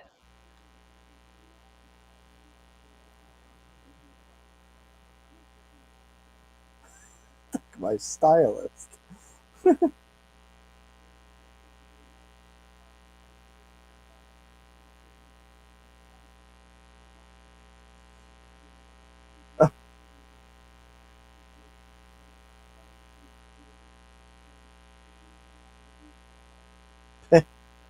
This is pretty fun. Thanks, bro. I want to thank my stylist. That was funny. He knows how to make a speech. He really does. And he always comes off authentic doing it as well. Yeah. Like you can see the whole crowd standing for him. They just love him. They're friends with him. That all the actors, they love him. I think a lot of it is probably because he probably is very authentic. Like, I think he just is himself. And we were talking about how in most roles he plays himself. Mm-hmm. What the hell is the thing with the dog? Why is the dog in the audience like fake clapping? Like, what the hell is that? It's like, what was the talking dog show we did? Oh, Lessons in Chemistry, the talking dog episode. Different dog, obviously, but who was the? Remember in the well, it might have been the early 2000s. Do you remember the? What was the name of the dog puppet? He was like really rude. He was like smoking a cigar, and he would go to like award shows and say rude things to celebrities. it was a talking dog puppet. It was a dog puppet. They would just show the person's hand, and like they'd peek the puppet up above the seats and like, you know, go to like Christina Aguilera or something at like a music award show and be like, "Oh, Christina, you smell so good," and like just say rude things. What was the name of this dog? I don't know. I can't concentrate now. I need to look this up. Dog puppet with cigar. Yes. Triumph the Insult Comic Dog. You don't remember this? No. Triumph. I do kind of recognize that voice though. Oh, Christina. Yeah, it's Robert Smigel. Okay, he was on Conan O'Brien, I guess, is where this dog puppet act originated. But yeah, he would go to red carpets and award shows and things like that too, and like just say like rude things to people. It like wasn't very funny usually. Yeah. But that just stuck in my mind for some reason. The other thing I think is probably appealing to everyone with RDJ is the fact that he's like a comeback story. Well, yeah, not like he is a comeback story, and I feel like in Hollywood there's so many people that just kind of crash and burn for someone not only to rise back up, but to rise back up to the acclaims that RDJ has achieved. I mean, nobody has come out from the other side from alcoholism or, you know, substance abuse or things like that the way that he has. I mean, it doesn't even take a hand to name the amount of people who have done it and who have been clean for that long. I mean, he's kind of a diamond in the rough. Like he's a rare exception to the rule. In fact, there's a lot of them that didn't even come back to the land of the living. Right. They just kind of spiraled out of control, and next thing you know, you were reading their news clipping of their passing. Yeah, I mean, he's a very rare case of somebody who beat alcoholism, or I don't remember. It might have been both. It could have been. That could have been a lot. Yeah. Could have been both, but he's a phenomenal actor, and it seems like he's a fun person. Yeah, and I think the best part about his role as Strauss in Oppenheimer was the scenes when he was so hung up about what Oppenheimer had said to Albert Einstein. Like he was so hung up about that, and he could not deal with the fact that like, oh, he talked shit about me, or he said something terrible about me to our scientific society or whatever the case may be. No, he just did a really good job where you kind of forget it's him. Mm-hmm. You know what I mean? It's another one of those things like we said about Maestro. You forget it's Bradley Cooper. Yeah.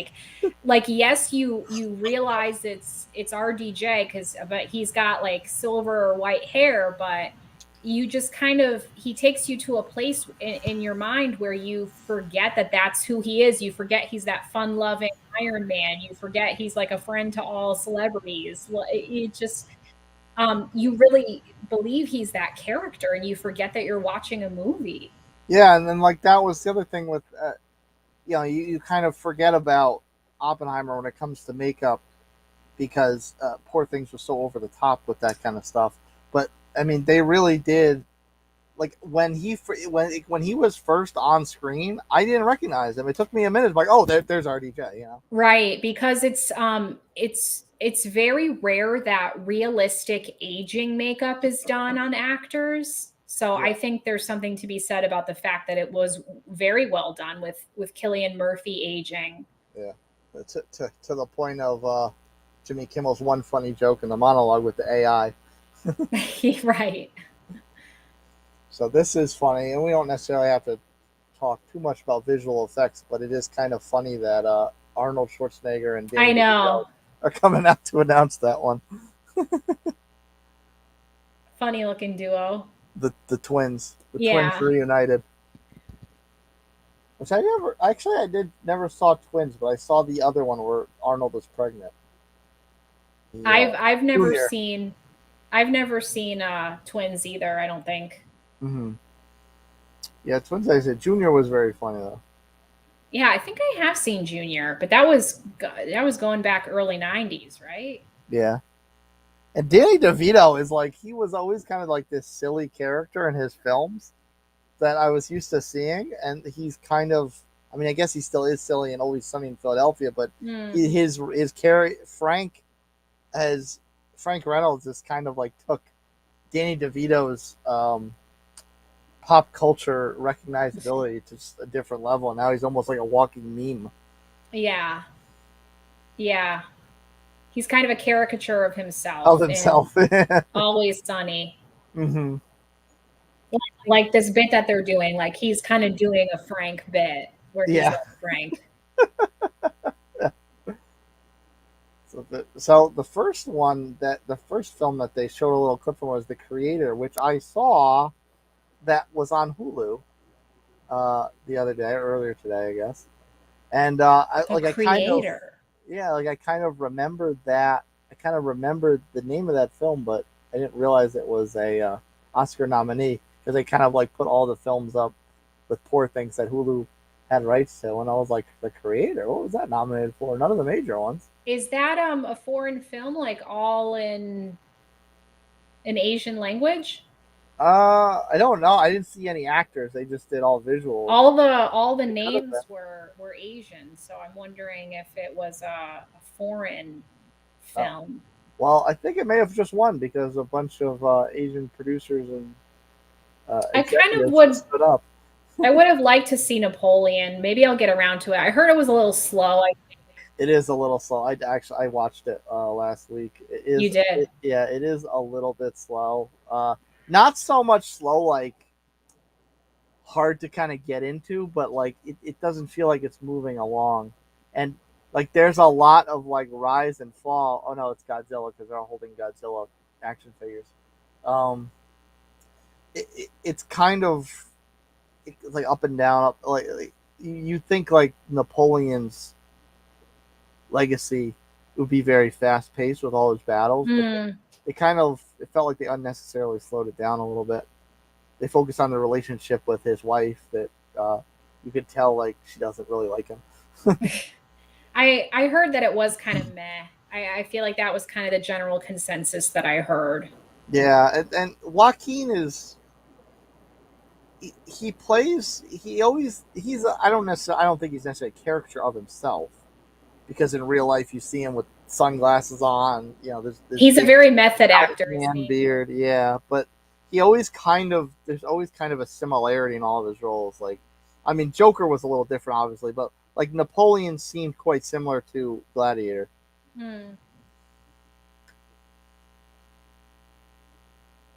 Yeah, and Napoleon, I watched it. It felt fine, but I couldn't really sink my teeth into it too much. Yeah. So, yeah, none of these for visual effects I saw, but I mean, obviously Godzilla is something that relies heavily on special effects. I like how he's holding the little model of the Godzilla. Oh, he's got another one too.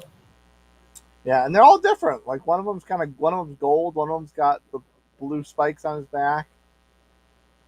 One of them's just gray and black. So they're all different. They're all different Godzilla models. I feel like one of these guys in the visual effects team looks like he could be like 21 years old. He looks very young. Yeah. Oh, this guy in the front. Yeah, he does look like a kid. Yeah, he looks like he's very young. That's all right. What do you want to go over next? You want to talk about another best picture? You want to talk about another short? Did we talk about all the best pictures? Oh no, we still got quite a few. Really? Yeah. Well, I mean, I didn't mark off Anatomy of a Fall, but I guess we kind of did talk about that one a little bit. Yeah, we did talk about that a little bit. I would say that that's crossed off. Yeah. So we could still talk about the holdovers, Barbie, Maestro, Oppenheimer, obviously. Barbie is nominated for Best Picture. Yeah. Ugh. I don't know why. No. There's a lot of things that Barbie should be nominated for and should be a contender, but Best Picture, that's a no for me, dog. Yeah. It's gonna be a no for me. But editing, film editing. Oh, here we go. Okay. Anatomy of a Fall, you were correct. They were nominated. Holdovers was nominated? It was, but I mean, I wasn't necessarily thinking that was a kind of big time editing one. Oh, they're just ripping right through this, aren't they?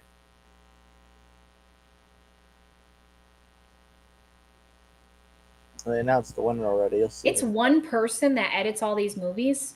Well, no, but do they have a team? Like they have a team one senior. It would be like one senior editor, because when you see them credited, when you're watching the credits, it's usually like one person's name, and then you see the ACE, which I assume is Avid Certified Editor. Oppenheimer. Yes. Thank you. Yes. Thank you. All right. That, you know what? I feel justified having editing in my professional repertoire that I called that one correctly. I love this woman's dress. She's got this like emerald green, beautiful strapless dress with a little necklace. And she looks like a normal person. But what I found surprising is she like hugged Emily Blunt. Like the editing person knows the actors. I believe it. I wouldn't think they would have like much dealing with the actors. I mean, yeah, it's in post production, but I mean, you could have a situation where the talent, so to speak, the on air talent, on screen talent, they walk back into the behind the scenes area, and they wind up having a relationship with post producers and editors. It happens in TV quite a bit, so I'm not totally surprised it happens in film as well. The only thing that surprised me a little bit with that is the fact that a lot of times it's the post production is so far past when they shot the film that you kind of think maybe the the actors have kind of moved past it a little bit. Well, I wonder if they would be involved with the actors if they did reshoots or things like that. Do you think that's what it is? Yeah, that could be. You had to do voiceover work. So they wouldn't be doing voiceover work on site when they're shooting the film. Well, also, isn't audio mixing a totally different category? So when someone is an editor, that just speaks to the visuals, correct? They're editing the takes. Yeah, mixing is definitely something different. And there used to be, although I didn't see it going through the categories, there used to be audio editing and audio mixing were two different categories at one point. But I guess that's not the case this year, or maybe they ditched those categories. Or maybe they just didn't do it yet. I don't know. Yeah. Well, no, I know they haven't done it in the show tonight, but even like scrolling through the list of nominees, I didn't see. Oh, you didn't see audio mixing? Sound mixing. Yeah, the only auditory categories I saw were songs. Oh. Yeah. Which I find odd because obviously sound mixing is extremely big in film, not so much in TV. Not in most cases, but in film, absolutely.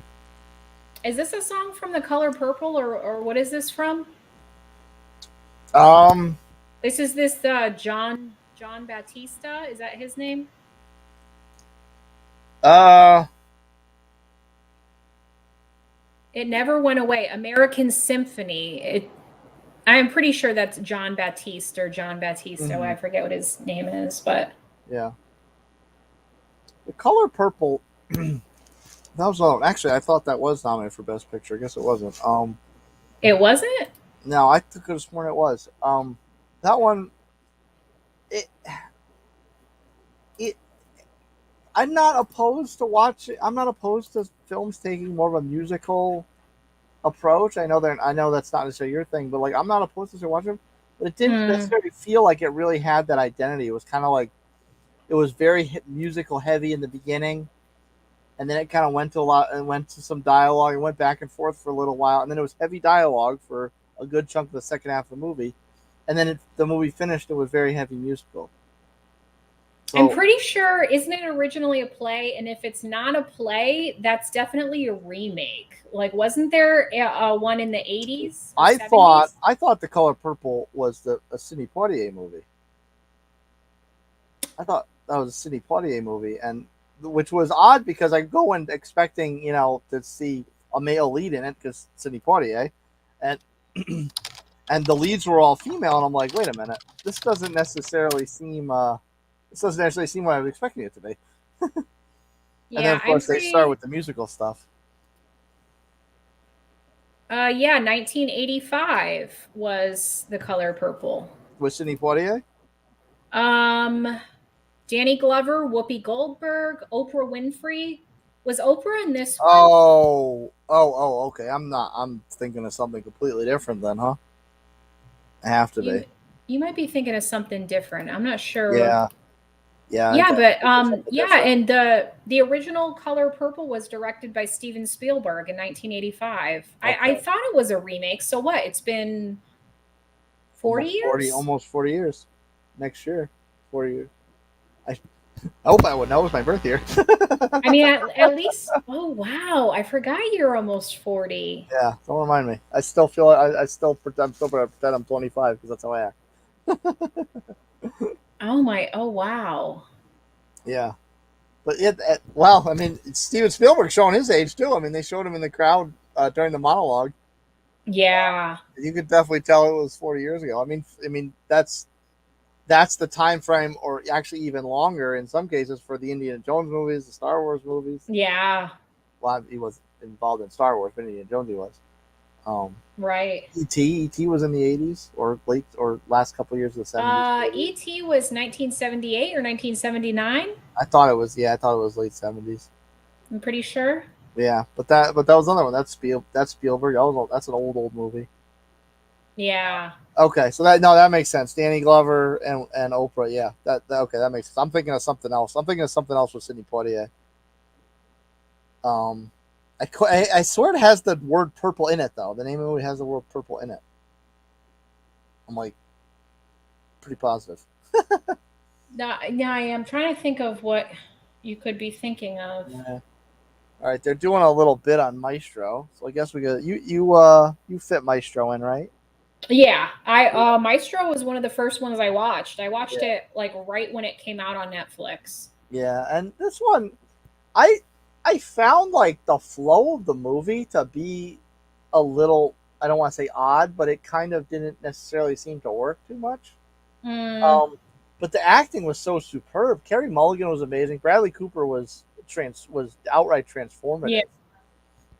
And he was another one like we were talking about, and it skipped my mind before. Like we were talking about when they cut makeup wise, they transformed RDJ. Yes. For Cross, they transformed Bradley Cooper. For I can't think of the composer's name. Leonard Bernstein. Bernstein, yes, thank you. Yeah, like they transformed Bradley Cooper for Bernstein. Like when that opening scene when he's older and he's by the piano and he starts to tell the story. Yeah. And him, I'm looking at him like, son of a bitch, that's Bradley Cooper. I think a lot of people were actually upset with his nose, his like prosthetic nose, because I think Leonard Bernstein is Jewish, and they were like, oh, a real Jewish person is not playing him, so they have this big false nose, like big stereotype. Yes, a lot of people were not happy that they did that for his makeup. I mean, if we pull up a picture of Leonard Bernstein, if he's got a big nose, then it just is what it is, He does look like him, and Bradley Cooper doesn't have a big nose. Like you gotta do what you gotta do. I thought I read something ridiculous that Bradley Cooper trained for like 6 years or 4 years to learn how to conduct, and he only conducts for like 5 minutes total in the movie. And I'm like, man. Well, I can kind of see how if you really want that, and that is such a technical skill that if anyone watches the movie, and I would imagine a lot of people in the music or opera community probably did, anyone from that community that's going to watch, or that industry that's going to watch the movie, they're going to notice if it's off, if it's not authentic. Mm. So I can totally believe that if you're trying to learn that to play a role like that, you are going to make sure that everything you do is so spot on and almost to the point of being tedious. So it's completely authenticious. I would assume though, like that, you know, even just watching old videos of Leonard Bernstein and having like a movement coach who can teach you how he moves, like I would think that conducting would be part of that movement training, like just to mimic how he would move. Yeah. And that's and then you have the argument, like, what's more important, mimicking the biopic you're trying to perform, or being authentic to the actual craft. Yeah. Plus, like, I mean, obviously he's a pretty well-known name in, you know, opera or theater or whatever, so you would think there's a lot of video footage, but you don't necessarily always think of the conductor having like a camera on him at all time, because, you know, you're enjoying music to hear music. You're not necessarily watching a movie about an opera, you know. Yeah, that's true. And it was you know, quite a while ago. I don't know how much video footage exists of Leonard Bernstein. Mm-hmm. And when they were doing all the, like, the little true story things at the end of the film, I think they said he died in early 90s, was it? Maybe, or late 80s. Yeah. So it wasn't really that long ago.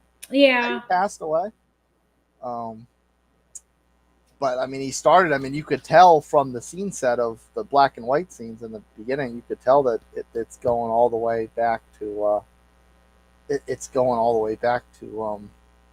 40s. Yeah. 40s or 50s, something like that. Oh, these look like documentaries. I already saw a couple that probably, yes, or at least one that's probably a little woke. These are the ladies from Barbie, America Ferrera and Kate McKinnon. Yeah. Kate, I did find her funny. She played like crazy or weird Barbie. Was it weird Barbie? Yeah. Or... Which you're gonna get a kick out of this. So, like, I saw her when Weird Barbie came on, and I'm looking at it, and I'm thinking, oh, this little girl is wearing Davine Joy Randolph's dress. Obviously, a you know, smaller person's version of it, but you're gonna love this one. But anyway, what was I saying? I lost my train of thought. What were we Barbie. talking? It was Barbie. Oh, Weird Barbie. Oh, yes. Okay, so Kate McKinnon comes on screen as Weird Barbie, and I'm looking at her, and I'm like, I know who that is. Of course, I saw all the names in the opening credits. Yeah. But it didn't click on me that it was Kate McKinnon, so I'm just like trying to figure out who she is by her face. And the only thing I could think of was Kristen Stewart. Or do you mean Kristen Wiig? No, Kristen Stewart. Kristen Stewart, like Twilight? Yeah, like for whatever reason, like if you just take this part of Kate McKinnon's face and you put on all the weird Barbie makeup and hairdo, like it looked like Kristen Stewart to me. Oh my God. Could you imagine if Kristen Stewart played Weird Barbie? Well, it's not. Honestly, it doesn't seem like too much of a stretch. She seems a little bit like an odd duckling. There is like, isn't there a certain like tick that Kristen Stewart does? Like when she's acting, she goes like, or she does like things with her lips. I could see that. Yeah. I can't remember what it is. Or she bites her lip or something. That's what it is. Or like maybe her lower lip juts out, maybe. Like, just goes like, that would be so funny. That's so weird to me that a professional actor could not figure out a way to mask that, you know? Yeah, no, I guess it could be something involuntary, but I mean, actors figure out a way to mask their accent. Yeah, I just remember in Twilight, it was horrendous. And like those first few movies that she did, like when she was first out, like she would just be biting her lip. She'd be like, I think she like shrugs. She like does something with her hair. She was just like, and she looks kind of miserable all the time. She does. She's not a smiley person. No matter what character she plays, she's just kind of miserable. Yeah. Yeah, she does kind of have that blank look. Yeah. Indifferent. She's permanently indifferent. Permanently indifferent. Well, they're going through all these documentaries now. You want to go over another short? Oh, I want to see what the people look like. Oh, for the documentaries? Yeah. This is oh wait, never mind. Oh yeah, these are documentaries. So these are. I was about to think there was an all female production team, but there was a man that walked up with them. Oh, I almost thought he was Richie from. So that's literally what I was just gonna say. This guy looks like, what's the actor's name?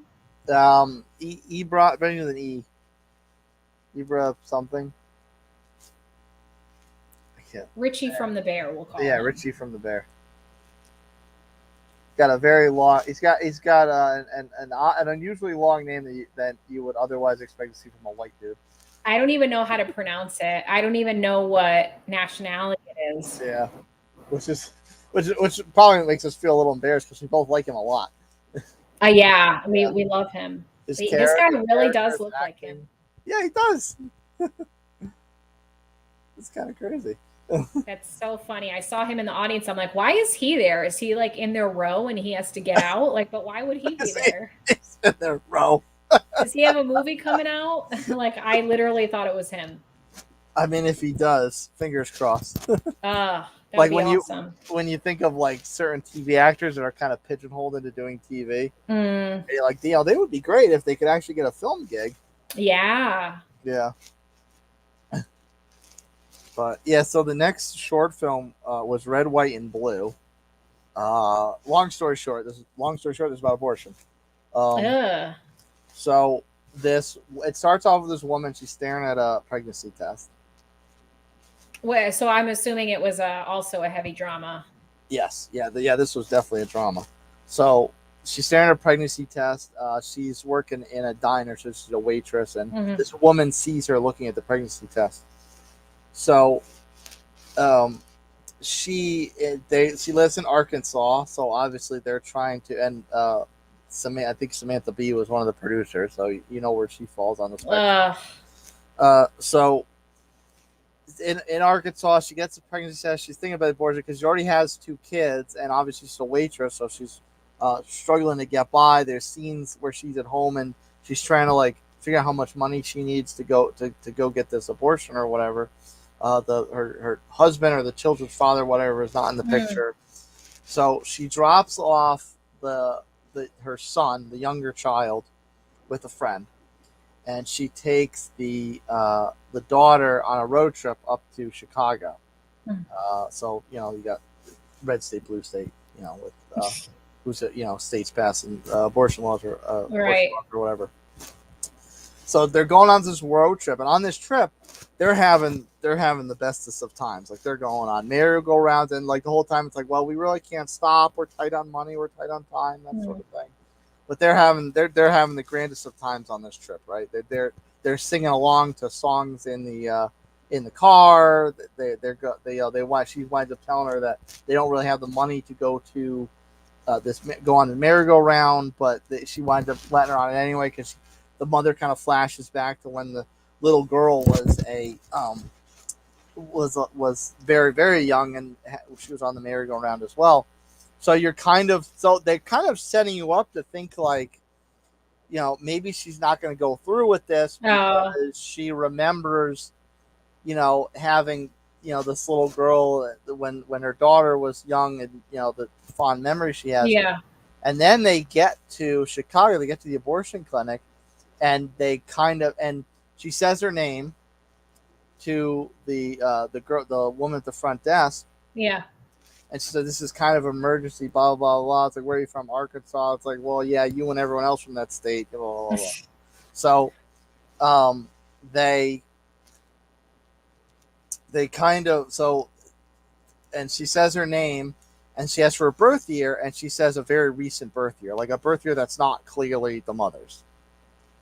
Like she says like 2006 or something, and she looks up, she's like, "What?" And then all of a sudden it dawns on her, it's like, "Yeah, we have the same name. The mother is not the pregnant one, it's the daughter."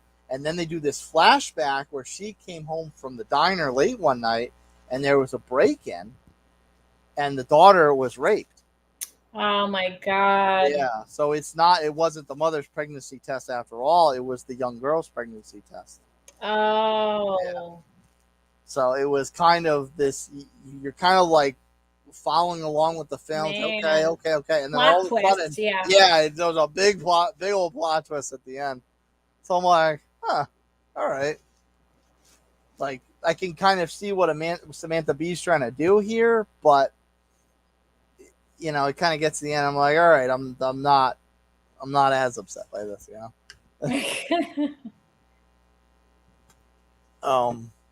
But it was so, and it cinematically, artistically, it was well done. Regardless of what you think of the subject matter, film wise, it was very well done. So it wouldn't have been something that I would be upset if that one won. Even if it was nothing more than a political statement, artistically, I wouldn't be upset if it won. Have you, so there were 5 shorts or so. So you've already described 3 or 4? 4. So are you leaving your favorite till the end, or have you already described your favorite? No, my favorite was the After. That was the David Oyelowo one? Yeah, that was my favorite. Okay. And I would probably say my next favorite was probably Night of Fortune. So that one I would probably say was probably my favorite. That my second favorite. Yeah, but the last one was odd because it was based off a Roald Dahl book. Oh, which one? The Wonderful Story of Henry Sugar. Oh, okay. And it was Wes Anderson. It was a Wes Anderson short film. Interesting. Yeah, okay. And it had a lot of big names. It had Ben Kingsley. It had Benedict Cumberbatch. There were a lot of big names, and it was so like visually odd to watch because they're kind of like narrating whatever this Henry Sugar story is, and it was kind of like I kind of was watching. Of course, it's the last one, and I'm watching it. And I'm like, this just feels dopey. Yeah, Roald Dahl is very out there, very twisted and weird. But I used to read all his books when I was a kid. But I'm sure I've probably read that story. I wonder if it was in like a short story compilation sort of things with like multiple stories in it. Yeah, it was kind of a little bit. It was all the same story, but it was like different little segments. Oh, okay. Yeah, I don't really remember. The title sounds familiar, so I'm sure I read it, but it's probably been a good 30 years. So yeah, it looks like we just had the winner announced for cinematography. Nice, another Oppenheimer. Oh, was it Oppenheimer? Oh wait, yes. Okay, that was Zendaya, right? It looked like Zendaya. Zendaya, yeah. Actually, maybe it is Zendaya. I feel like it's one of those names that like it's like you've been pronouncing their name wrong the whole time. Like this is really how it should. Maybe it is Zendaya. I could be wrong. Well, at that point, I was the one that was wrong. Then you said Zendaya. Yeah, I don't know. I'm fine. This is one of those that I wouldn't have been surprised if Poor Things won. But Oppenheimer, from a cinematography perspective, was just so grandiose. Like everything was, boom. Everything was big in your face. Obviously, no pun intended, being about the atomic bomb. Yeah, boom. Yeah. It's a lot of bang and a lot of boom. What movie was that? I don't know. All I can think of is Christopher Walken now. A lot of bang, a lot of boom. The Talkin like Walken Super Bowl commercial. Yeah. This was an interesting category, though.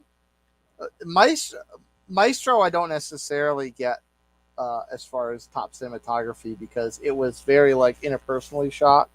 Was black and white though, wasn't it? Yeah. Well, I mean, what but again, that's like editing. Said, that's editing. That's not cinematography. Like we said, like I don't know, black and white doesn't mean that it's good or isn't like oh, this is a genius film. It's shot in black and white. Mm-hmm, yeah. Speaking of black and white, oh, here we go. Here are the shorts. All right, I'll do this quick. So, speaking of black and white, El Conde was shot in black and white. This was a very if you want like an odd movie, not because it's weird, like what the hell did I just watch, but weird like I can't I don't know what's going on the whole time. Watch El Conde because it was like this vamp. It was about Dracula who wanted to die, but he couldn't die. Yeah, and so like I had this expectation going in. I'm watching the movie. I'm like, this doesn't seem at all like what I was expecting. Huh. So live action short. So now we get the comeuppance of all my little previews. Fortunately, I got them all in. I got them all in before they announced. Henry Sugar. Oh man. Did it really? Yes. Ugh. Why? Wes couldn't be here. He had better things to do. He was like, this shit. I'm not going. Is he that type of guy? Like that he would just flip kind out of. on a I hate to say it, but I kind of get the sense that he's like pretentious, like I'm an artist. Yeah. I feel like he's kind of one of those like hipster types a little bit. Mm-hmm. Yeah, I mean, it's artistically, it was well done. It just was so weird, and like it felt like it was out of a children's imagination or something. Yeah, like illustrated book, a children's illustrated book. Like that's kind of what that's kind of what it felt like how it was shot and the aesthetics of the short film. So like and here it is. I've watched 4 high drama. One of them had a little bit of comedy, but for the most part, 4 dramas. And then I get to this, and I'm like, what the hell is going on?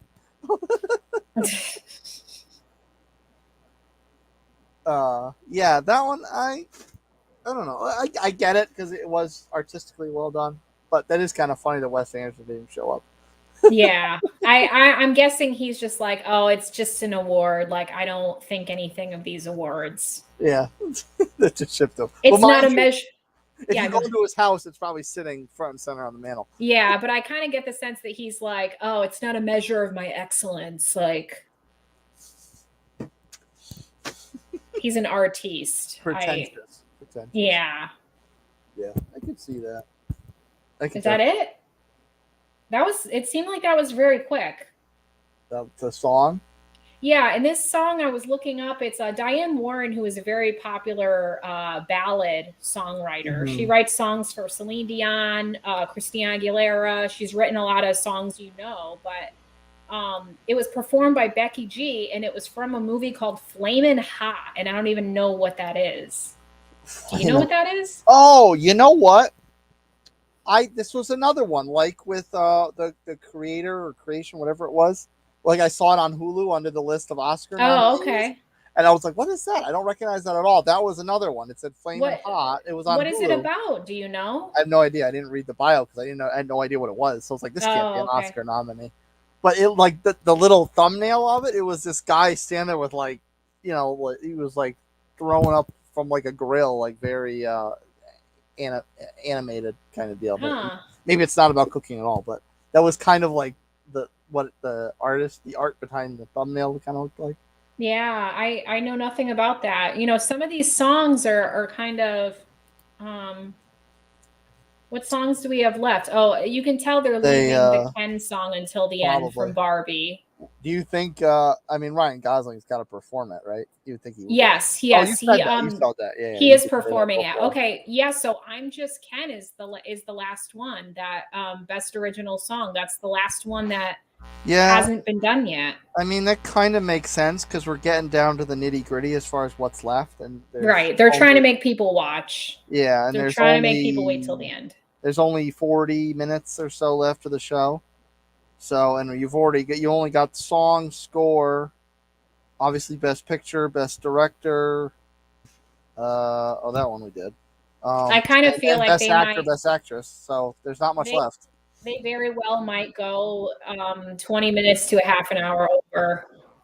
Honestly, I hate to say. Honestly, yeah. I was thinking they were gonna finish on time. I don't know. Where I have Fubo TV to watch this because I don't have cable. So I did a free trial of Fubo, and on like this entry that I clicked into to go into the Oscars live, it says 3 hours and 30 minutes. Oh. So I think they build in that half an hour in case they go over, but like a lot of times I think they might end up going over 10 or 15 minutes. I don't know. Yeah.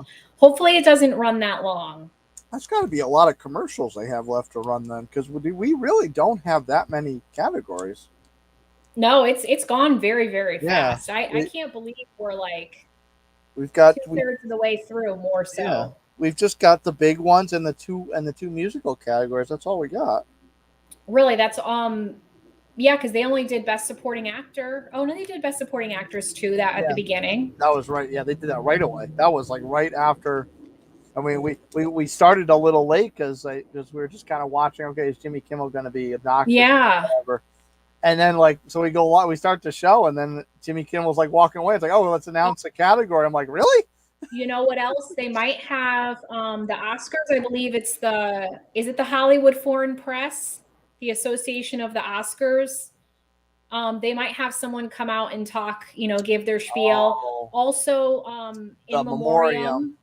Yep. That's right. I don't know if they're planning on does the Oscars give a Lifetime Achievement Award?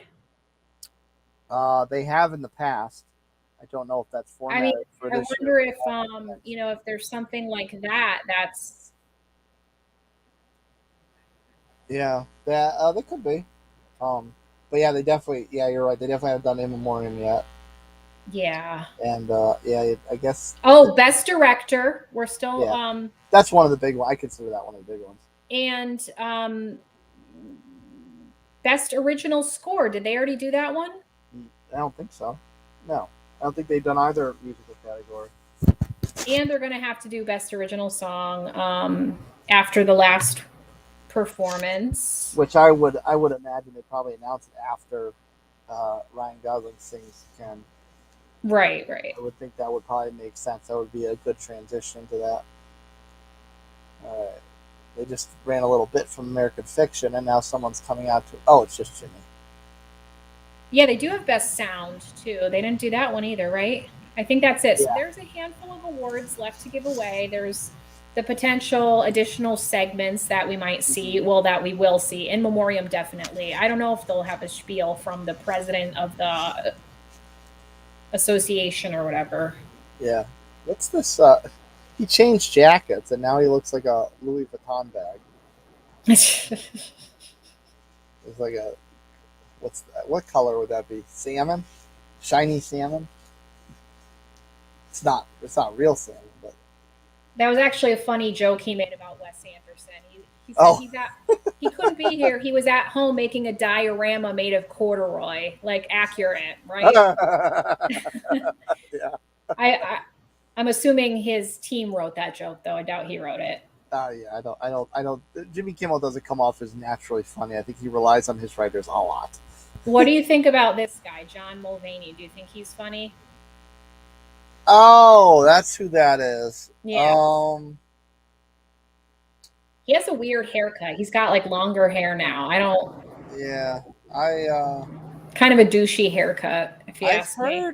I think I've heard skits from him on Sirius. I I thought his skits were okay. Like I didn't. They weren't side splitting by any stretch of the imagination, but they were all right. But there were just like little bits. I've never seen a whole show. I've never seen a whole show. I've seen probably reels or like YouTube shorts, like with like a clip of like a bit that he did. But yeah, I mean, I don't know if I could listen to a whole special, like a whole stand up special with his voice. Honestly, I oh, I gotta hear this then. Kind of a grating voice to me. Oh yeah, I can see that.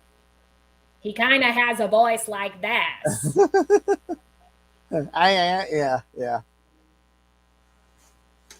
And this is John Mulvaney.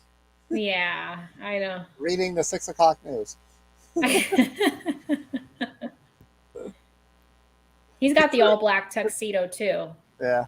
Seems to be common tonight. Yeah, it's like they're at a funeral. Who died? Yeah. Their dignities. Well done. What is this sound? This has got to be sound. They're showing explosions. Achievement and sound. Zone of interest.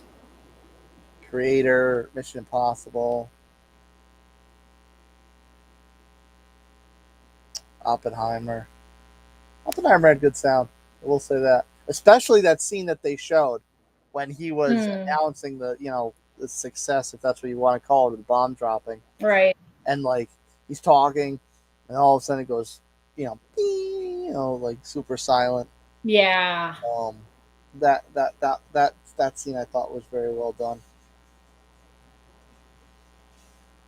Oppenheimer? You say Oppenheimer? I would have. I mean, it won. It won editing and it won cinematography. I wouldn't be surprised if it won sound. Zone of interest. All right. Okay.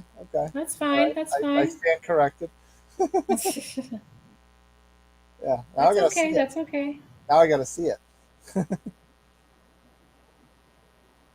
Then you said it was a foreign language film, or no?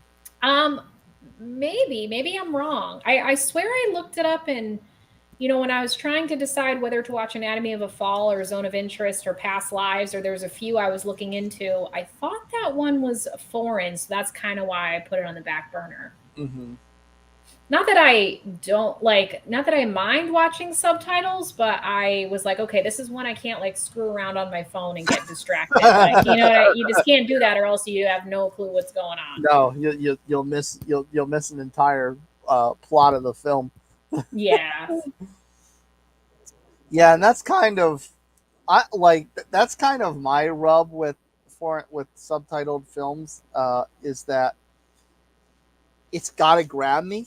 Like if it grabs me, I can totally just like zone in and read the subtitles and stay engaged with it. But if it doesn't like grab me like that, it kind of starts to lose me a little bit. Yeah, it's a little bit easier with films. When it comes to TV shows, it really has to be good to keep me. I've only watched Money Heist and then a Money Heist spinoff with one of the characters. That's pretty much the only show I've ever watched that was like foreign language and dubbed, where you have to read the subtitles or you have to get it dubbed in English. Yeah. Yeah, that's why I get. Although I'm very behind on my shows, I like anime, and I get excoriated by friends of mine that also like similar animes, and they all watch it sub. I'm like, I can't do that because I need to watch what's going on. I need to watch the animation. I can't watch the animation if I have to read it the whole time. Yeah. And Japanese is not like Spanish where you can kind of like pick out a word here or there. Right. Oh, here it is. Here he's singing. Oh, jeez. He's singing. This is the type of situation where Margot Robbie's laughing her ass off with his pink sequin.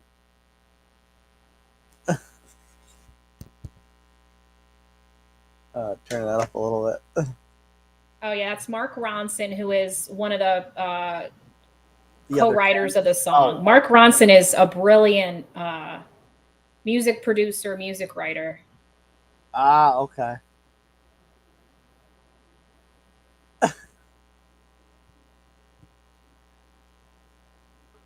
I mean, this. You know what's funny is the fact. I mean, it's funny because this was it was based off a toy, and parts of it were so silly. But if this is the type of performance that kind of gets Ryan Gosling into just doing serious stuff and not doing silly stuff, that would be a nice little happy ending, I guess, or beginning of a happy ending. Yeah, I mean he's capable of doing comedy. He's great at comedy. It's just I don't know if people will take him seriously if he doesn't do more dramatic, heavy roles. Mm-hmm. I mean he has to. It's not like he hasn't done dramatic roles. He has, but these little shit indie movies, which like nobody knows that he made. Yeah. Yes. Oh, these are all the Kens from the movie, are they not? Oh, are they? That would be pretty cool. So when he was on the steps before, he had like 10 of them. I think those were just backup dancers, but it seemed like some of the ones from the movie. Oh my God, he's out with Slash. Slash, he's standing. That is great.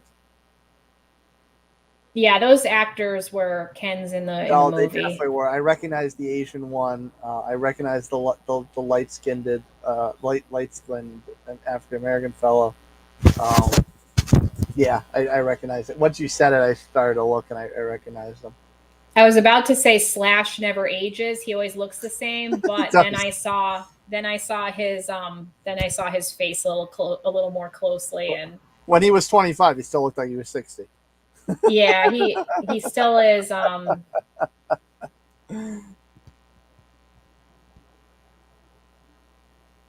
They know all the words. What's going on with this camera? Someone's following with a selfie or something? Selfie stick? Well, that was quite performative, I will say. Yeah. Yeah. You're having a good time up there. Yeah, I wonder if that's going to be the winner. If that was kind of like their setup to, like, all right, Ken. Having them perform last so they could be like, oh, okay, by the way, you guys won. Mm-hmm. You think? Yeah. I didn't even really think of that, but you could be right. Yeah. Yeah, people are going nuts. And there was like 40 people on stage, man. Yeah, that was quite the choreographed. Yeah, everyone's clearly impressed by that. You could be right. I think you're right. All the Barbie people are freaking. Oh, they're going to commercial again. Come on. Oh, they lost all the momentum of that. They should like play the song, announce the winner. Yeah, but I mic drop moment. Oh, jeez. I wonder if maybe it's not Ken. Maybe it's not Ken. I don't know. I don't know. I feel like what you said is right, but maybe it's just not like they're going to come back and announce that award in particular. Like maybe they want to fool people into thinking that it's not Ken. That's true. That's true. I get that. I definitely agree with them thinking that way. But to me, like when you have a performance like that and you've got this big demonstrative choreography, like, and everyone's standing on their feet, they're all clapping, they're all freaking out, like taking advantage of the energy in the room, I think it's remember back in the day of the original American Idol, it's kind of like just the jerk move of being like, we're going to announce something really, really seriously important. Well, first, let's go to commercial. You know what I mean? Like how Ryan Seacrest used to always pull that shit. Like, so I think that's kind of what they're doing. Like the emotion is heightened and they're like, oh, wow. Like people are just going nuts. And then it's just like, okay, cut to commercial. That was a consistent thing in 90s television, wasn't it? Oh, for sure. Like I think they even used to do that for like Who Wants to Be a Millionaire. Yes, they would string things out. They'd have you like on pins and needles and you're just like, oh my God, what's going to happen? Oh my God, who won or who's going home or what's happening? And then they'd be like, and we'll be right back. And it's like, come on. Yeah, you can't really do it so much with like Survivor. Oh, look at the Oscars award sponsored by Pfizer. They're really spreading the money around, huh? All that government payoff they got. Yeah. I can't hear who they're talking about. I saw somebody with a little patch on their arm, but I don't know if that's what they're talking about. Well, Prevnar, so maybe it's other stuff. Oh yeah, Pfizer banks all the main channels. This is ABC, so big surprise there. Yeah. How to Train Your Dragon's a much better commercial to take in at the moment. Yeah.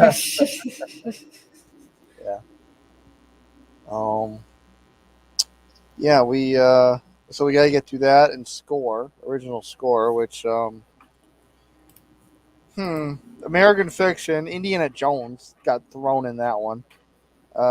Killers of the Flower Moon, Oppenheimer, Poor Things. I mean, I actually, I honestly, I could see Poor Things winning this. I could definitely see Oppenheimer winning it since it's kind of won everything else because score is more technical and songs more creative. So right. I could see score being more of a technical winner with Oppenheimer. I could see for best original score, I'm going to say Killers of the Flower Moon. You know what? I would not be upset with that, especially like the way it ended with that kind of powwow that they pulled out. Yeah. And they rolled into credits. I would not be upset. And there was a lot of like dramatic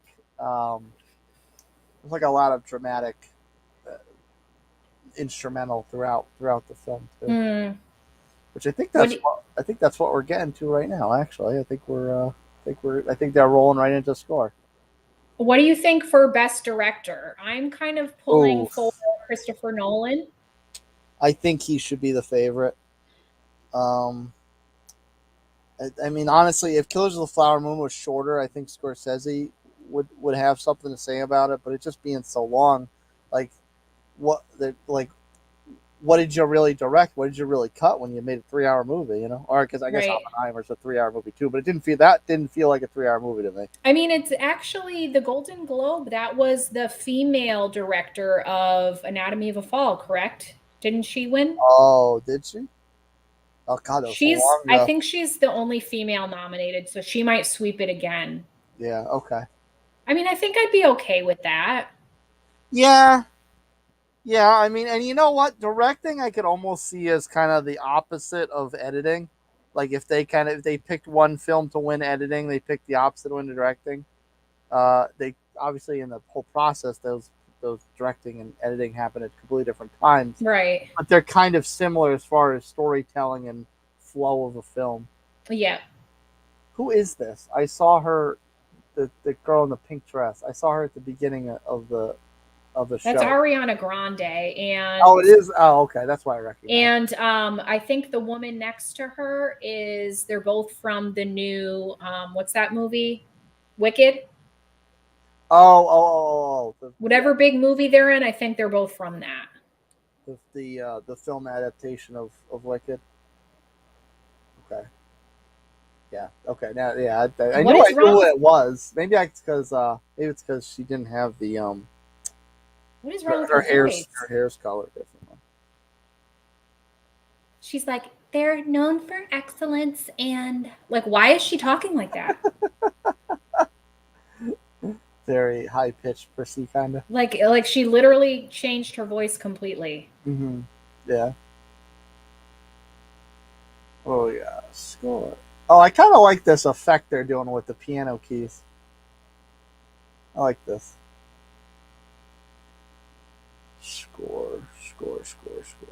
Yeah, I'll agree with you. Let's root for Killers. Oppenheimer. Or Oppenheimer. I could. Is Killers of the Flower Moon or Oppenheimer? Yeah. Oppenheimer and Poor Things are definitely the winners in terms of the technical categories. Did I just hear Oppenheimer? Yes, you did. Whew. That's why I thought you said or Oppenheimer. Because I know you had the delay, but like you said it right when they opened the envelope and read it. Do we not only have another Oppenheimer win, we also have another guy in a black tux. Yeah, it's definitely. It's the trend of the night. I'm telling you. That's what they're going to say tomorrow on all the morning shows. They're going to say, "Oh, black is in." He does not. His doesn't have a tie though. What's he got? A turtleneck on under it? Yeah, he's got kind of a high-necked shirt. Or maybe is that like a pastor's, like a reverend's shirt without the little white thing? Yeah, it doesn't have the little thing on it. Yeah, that's kind of what it looks like. Yeah, all right, I'm not upset by that. That's fine. Not in the slightest. Song? This has to be song because they just did score. They have to do one. It has to be if they're. Yeah.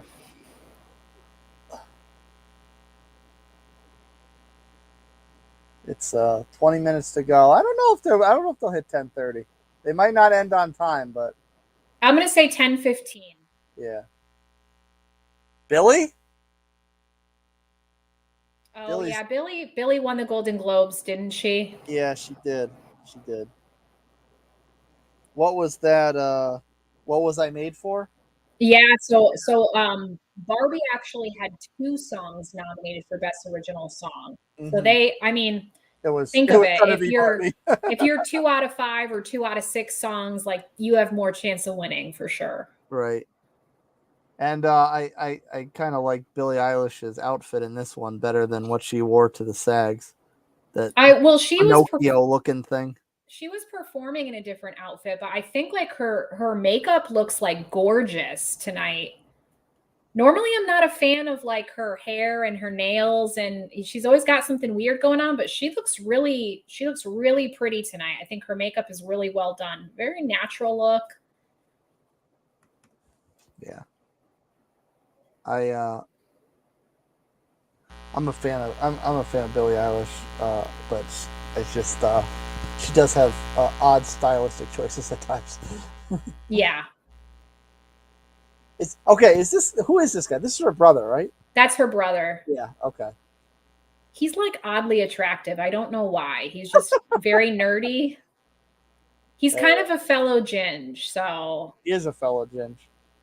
Don't normally like my own kind, but does that mean Billie Eilish is not a natural brunette?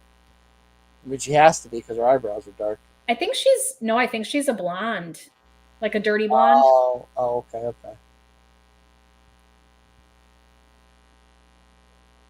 He's kind. He must be like her business manager or something. He is. He's like her songwriting partner or like producer. Oh, okay. So he does all her songs. Yeah. They write all her songs together. Okay. That's nice though. There was some. What was it? It was something I watched. It was like a stream. It wasn't. I can't necessarily call it a concert, but it was some musical event that was being streamed, and it was kind of like a behind the scenes kind of deal about Billie Eilish's practices or whatever. Didn't she have like an Amazon documentary or something like during COVID? It was during COVID. I don't remember if it was Amazon, but was it Disney? It was during COVID. No, I don't think it was Disney Channel. Disney Plus. I remember my boss at my previous job was talking about it. He's like, "Oh yeah, my kids listen to Billie Eilish, and this documentary is just brilliant. It's great. Everyone should watch it." A 50-year-old guy telling you like, "Oh, this Billie Eilish documentary is awesome," and I'm like, okay, and I used to loathe her a couple years ago, but now I've actually listened to some of her music, and I do think she has talent.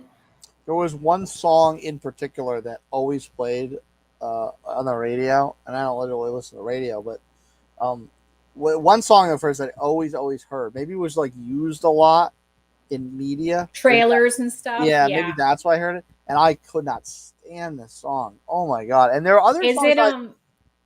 Is it like a fast kind of song? Is it Bad Guy? That's it. It's Bad Guy. Yeah. It's Bad Guy. Yeah. And it's used in a million trailers and commercials and stuff. Yeah, that's 100%. It was Bad Guy. And I've heard other songs by her. I'm like, these are great.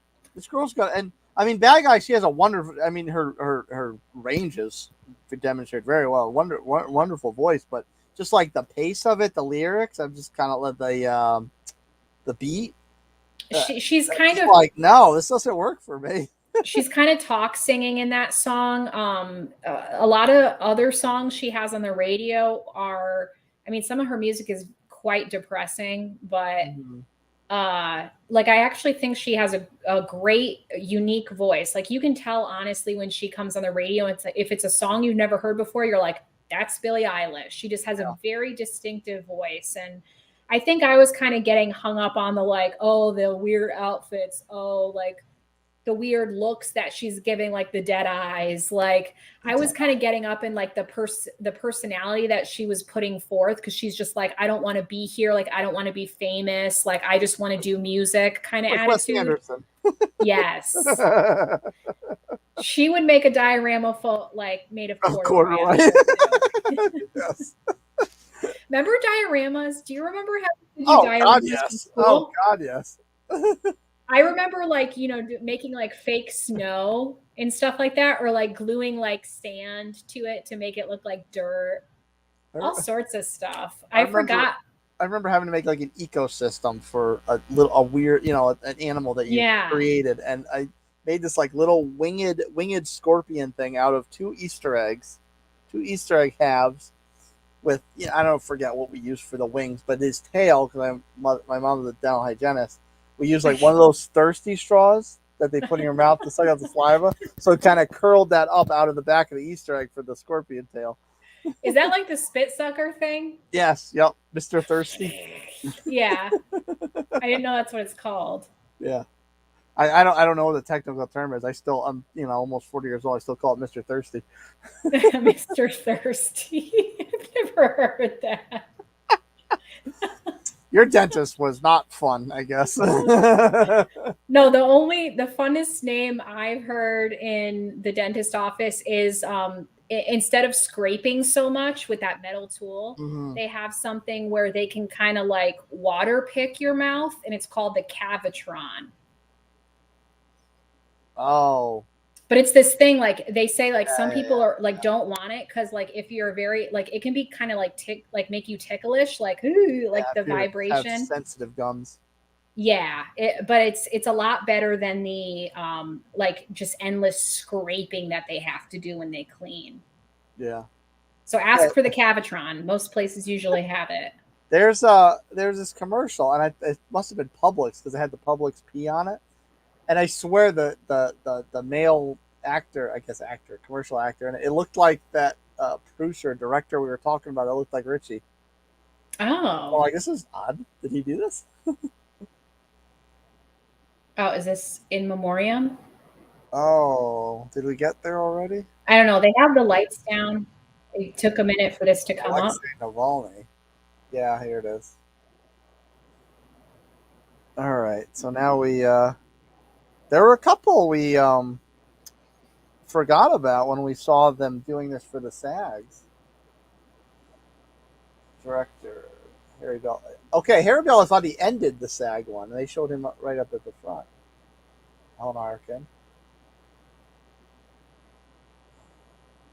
Production designer behind the scenes. Bill Goldman is a writer. Production designer. Who is Harry Belafonte? Because that name was familiar to me during the SAG Awards. He was actor. I think he was a bit performance for his singing. I know he was a bit of a activist as well. Oh, okay. Yeah, show Andre Brower, Tom Wilkinson.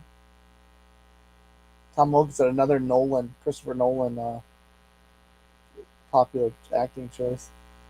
Oh, the guy from Brooklyn Nine-Nine. I get all sad all over again. Oh, I'm way ahead of you. Yeah, I know you are. Oh, I'm just seeing Tom Wilkinson now.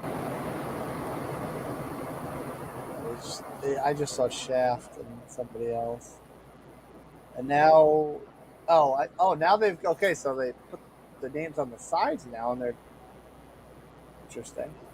Composer. Oh, that's interesting. Maybe this is one of his songs. Oh, I see what they're doing. they got a little symphony going for all the composers that lost their lives. Oh, That's nice. Oh, the composer of Killers of the Flower Moon passed away? Oh. This is a very interesting way of doing the in memoriam. oh yeah, Robbie Robertson. That is the composer from Killers of the Flower Moon. Yeah. This is a very interesting way of doing this. Is that Bocelli? Oh, it could be. Yeah, I think that's him and his son, Andrea Bocelli. Yeah. It's so terrible. All I think about is Step Brothers. With who? When I hear this song. Oh. This is the song that he sings, remember, at the Catalina wine mixer? Yes. Yep. That's right. I forgot about that. But yeah, you're right. Chandler. I like the way they're doing this. Yeah. I really, but usually it's just kind of like quiet and everyone kind of claps or cheers when it's someone that was a notable loss. I like the way they're doing this with this little choreographed number, Bocelli. This is a better way to pay tribute, I feel like. Yeah. I like kind of how some of them have images behind them. Oh, there's Carl. There's images behind them of their notable works. You should see Carl Weathers in it now. Tina Turner. Oh, right.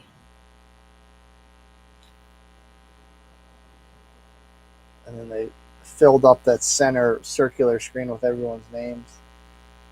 That was very nice. Yeah, I liked that. I think that was People like that all the time. Yeah, that was a nice way to do it. Yeah.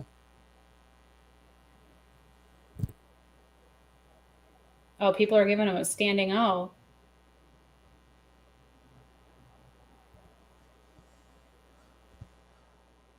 Yeah.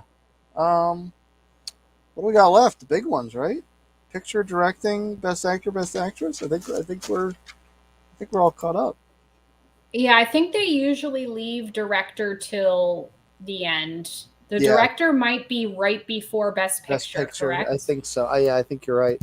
I think they do those 1, 2. Yeah, I think those are the only 3 we have left. 4. We gotta do best actor, best actress. Oh, right. Yeah. Which, I mean, if that follows suit, obviously, again, I guess we can talk. We got a little bit of time before a commercial. We can talk about. I mean, so best actress was Lily Gladstone. The last 2 award shows, best actor was Cillian Murphy. Yeah, I think that's going to hold true again. Yeah, and 3. I would think, and I was a big fan of Annette Bening and Nyad. I would think if anyone else, if there was going to be anyone else besides Lily Gladstone, I would say Carey Mulligan. Yes, I think they both did excellent. Yeah. I could go for like all of those are very solid. I could go for any of those. Yeah. And let's say like those are the top 2 vote getters or whatever it's calculated. The fact that Carey Mulligan's already won one would definitely play a factor, and she won the extra edge to Lily. Wait, who won the Golden Globe? That was Lily Gladstone. Yeah, she won both of them. Yes. Okay. Yeah. And like I said, and the other thing is Emma Stone also has already won. So like even what did she win for? La La Land. Oh yes. Yeah, she has won an Oscar before, correct? Yeah. So like even if we weren't so opposed to Poor Things and just judging it purely on the role, the performance, I do. She did win it before, so yes, I do like when people who have never won get the chance to win. That I think is, I feel like there's justice in that. Like when someone just keeps, it's Meryl like Streep. Right. It's like Meryl Streep. It like brings you back to like field day, and you'd have the same damn kids or like winning all like the physical fitness awards, and you're like, I am never going to win a physical fitness award, but this one freaking kid always wins for running a 5-minute mile or some bullshit. Is that a sore topic there? No, I'm not an athlete at all, but it's just like it would make you feel shitty. It would make like, because it's the same people winning the same stuff all the time for years. Right. And the problem with Best Actor for me, if it wasn't Cillian Murphy, I don't know who I would want to win. Like I think Bradley Cooper would be the next favorite, but Paul Giamatti was excellent. Jeffrey Wright was excellent. Coleman Domingo, I actually did like Rustin. I don't think that was as elevated as the other roles, but I think he did do a good job in that. Oh, I don't know anything about Rustin. It was set in civil rights era. Okay, here we go. Is he joking? What did he say? He said something about the 5 members of NSYNC. Oh, well, this would be a very interesting NSYNC. Matthew McConaughey, Brendan Fraser, Forrest Whitaker. Oh. I'm like, what the hell? What does NSYNC have to do with anything? It's a very solid one. It's this is a tough. hard one. This is very tough. Like, honestly, any of these 5 men won, I would have absolutely zero complaint. Zero. But I mean, there's like you said, I can't imagine this breaking serve. Jeffrey Wright was so good in that, though. He was like a conflicted man. Yeah. Nicolas Cage. It's been a long time since he won an Oscar. What did he win for? Moonlight or something? No. Or what was no. That? Oh wait, Moonlight. Did he win for Moonlight? No, I remember him winning for Raising Arizona. I was going to say I don't remember it, but I know that's what late 80s or early 90s. Is that when he won? That was a long time ago. Yeah. Yeah. Who would Nicolas Cage be in NSYNC? Is he Justin? I feel like he's JC. I don't know. I don't know why. Oh, McConaughey has to be Justin. Yes, he's got the curly ringlets. He's got to be Justin. How do they decide who like is the one that, you know, the past winner that gives your little speech to you? Are they like friends with all these people, or do they know each other, do you think? Well, they could be. Man, he is and Matthew McConaughey. They could just be matching them up because you know, McConaughey and Bradley Cooper both have, you know, the pretty boy reputation. They're both tan and have blue eyes. Yeah. Ben Kingsley. This ageless wonder. He's doing Cillian Murphy's thing. I guess that makes sense. They're both British, right? Yes. Yeah. They probably know each other. Yeah. Forrest Whitaker didn't. I mean, I don't want to assume they had a black man announcing a black man, but he didn't do Jeffrey Wright, did he? No. Brendan Fraser did. Yes, Brendan Fraser. Yeah. So that means that Forrest Whitaker's got to be doing Paul Giamatti. Oh no, he could be doing Domingo. No, Giamatti there. He did. Oh, he did? This is the last one. It's Coleman Domingo. Oh, so he must be doing. So they did. That guy. So they did do very stereotyping of a black man announcing a black man.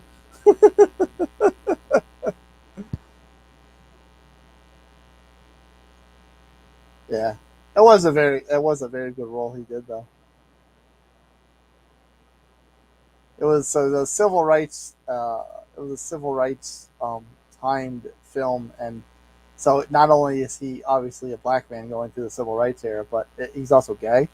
So it's like a double kind of treacherous waters to walk through, you know. And he was kind of like the linchpin in going in between the powers that be, like Martin Luther King and the industry and that sort of thing. Yeah, held serve.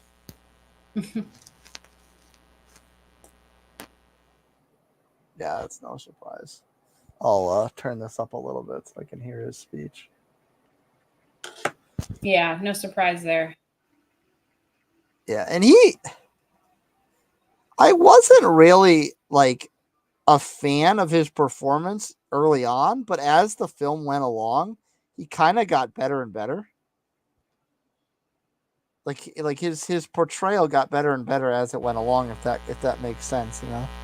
Yeah, I could agree with that.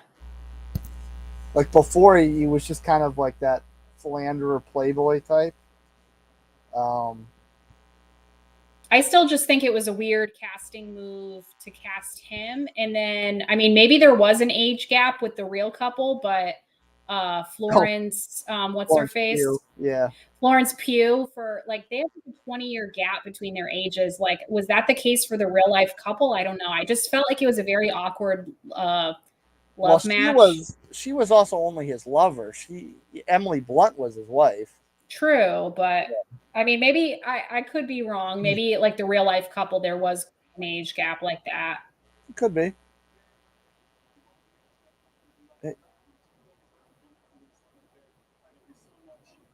He has a very heavy Irish accent. Yes, for sure. You don't have a name like Cillian for nothing. That's right. Spelled with a C to confuse everybody. Spelled with a C, hard K sound. Yeah.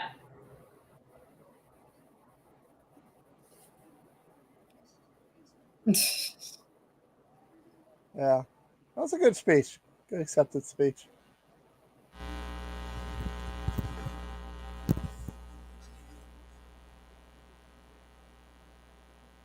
Yeah, he was very good in that. Yeah, I'm not surprised. They must be doing director because I think this is Spielberg. A lot of them people are standing for him, unless they're standing for. No, they're standing for Spielberg. Yeah. I mean, I would hope that they would stand for Steven Spielberg.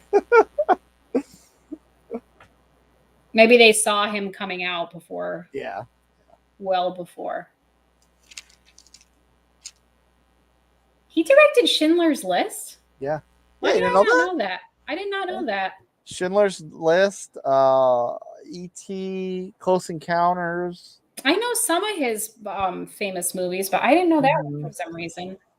Yeah, I think he has the Oscar for that one. Scorsese, Nolan. I would think Nolan. I'm going to say Nolan or The Anatomy of a Fall woman. Oh yeah. That's right. We were talking about that before. I'm pretty sure I'm like 95% that it's one of those two. Yeah. Nolan. All right. Cool. Yeah. Okay. And that's his. They said that's his first. He was another one that kind of. That's his first win? Yeah. He's really? I feel like he's definitely been nominated before. 8th nomination? Oh, he's been nominated a lot. Christ, I was gonna say, I'm like, he's been nominated a million times. Yeah.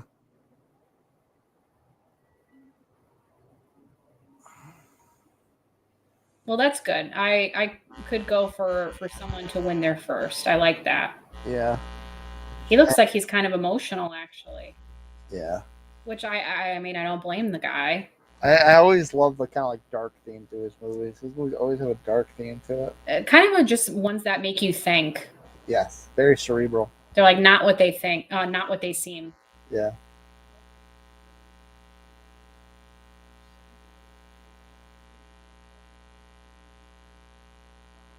He was a big fan of Inception. I still can't wrap my mind around that movie. Yeah, it did have quite an open-ended ending. I remember my sister and I went to the movies to see it, and we were like, "Did you understand what we just watched? Yeah. Maybe right. It could have been this. Yeah, but I'm not really sure." Okay, yeah, me neither. Yeah, the Inception, that was the kind of the movie that it like it just popped in my head now. You know the way American Fiction ended, where he was trying to sell, where Monk's trying to sell the douchey director on. Yes. Just have it end in black, like, hey, I have a confession to make. Mm-hmm. Boom, end of film, and he doesn't want to do it. That's kind of how Inception ended. Yeah. Yeah. Or like that, if you've ever watched The Sopranos, how it just like ended like mid-sentence pretty much. Yeah. Oh, okay. Yeah, I know what you're talking about. Like the series finale just like kind of went to black screen, and people literally thought that there was something wrong with their TVs. They did. And this was like back in the era of like old TVs. Yeah, this was like 1998 or 2000 or something like that. Or maybe it was like 2001. Early 2000s or late 90s. Yep. See, we're already at 10:06. So yeah, we've already gone over. It's going to be at least quarter after or 20 after. Yeah. Yeah, that's probably likely. Oh, that's another movie I wanted to watch. I wonder if they're nominated for awards next year. Is the wrestling one with Zac Efron and Jeremy Allen White? Did you hear about that movie? No. It's a real wrestling family. Oh, that's interesting. It's those two. I think they play brothers, and then there's a third actor who is kind of an unknown that plays the third brother. But yeah, there's some like wrestling family, and it really was like they were popular in the 70s or 80s, I believe. Like they have crazy wigs that they wear in this movie, but I would like to watch that movie too. I just wonder if it's going to be considered like for awards next season. Yeah. Maybe with the timing, I don't know. Is it coming out this year?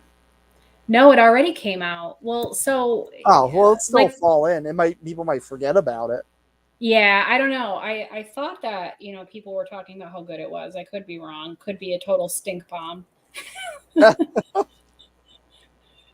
Or maybe I was just elevating it in my mind. Yes. I don't know. You see familiar faces you liked on screen, and it's like, oh, this must be really good, and then you find out, oh no. Yeah. Many famous actors in a movie does not make for a good movie all the time. Yeah, it makes for a spectacle. Like Tropic Thunder is a great whatchamacallit, culture icon. I can't think of the word I want to use. Cult classic. Cult classic, thank you. Yeah, cult classic. That's a great cult classic, but great film? Nah. Yeah, I mean, I think I learned that very early on, like working at a video store. Like we had so many movies that came out in like 2003, 2004, 2005, where they had just had like every famous person you can think of. They had a cast of like 10 big actors, and like the movies were just sucked so badly. Exception to the rule, maybe The Departed. Departed, yes. Departed is one of my favorite movies of all time. Like, for real. It's definitely in my top 5, I would say, of like favorite films. And like I actually haven't watched it that many times, but I still just hold it in the highest regard as just like one of my favorite movies. And the other thing is, with all the big names in that one, they weren't like overused, everyone kind of had a role, Right. Yeah, that was one of the exceptions of it done well, but I'm trying to remember some of the titles that were just, you thought they were good and it just turned out terrible. Yeah. So best actress, I should say here. Oh, yes. Oh, these are some interesting. I saw Jennifer Lawrence. I'm sure she's doing Emma Stone's because they're friends. Oh, are they? Okay. I bet you she's doing Emma Stone's. Sally Field. That's not Lucy Liu, is it? No, that's is it Michelle something? Oh, Michelle Yeoh. Michelle Yeoh. Michelle Young or Yoon? I think it's Yoon. Yeoh. Michelle Yeoh. Put her name on the screen. No. No, that's how it's spelled. If that's who it is, that's how it's spelled. Because she was a Bond girl. Oh, she's doing the speech for the lady from Anatomy of a Fall. Yeah.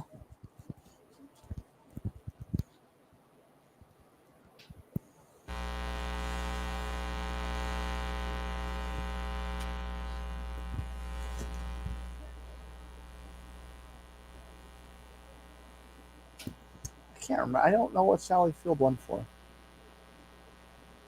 Forrest Gump? No, well, she wouldn't have been Best Actress in that. If that was it, she would have been Best Supporting Actress. So she's doing Emma Stone, actually. Oh. I'm surprised. Do you think they write these themselves? Oh, yeah. You think Sally Field wrote this? Yeah, I wouldn't be shocked from that I'm at just all. curious. Maybe they're asked to write them. Yes. Oh, Jennifer Lawrence is doing Lily. Oh, interesting. Yeah.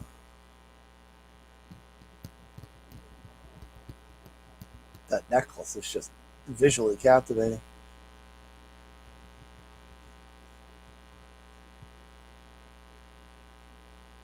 I do like Jennifer Lawrence's dress, but I don't like how she changed her face. She just ruined her face. I don't know what she did.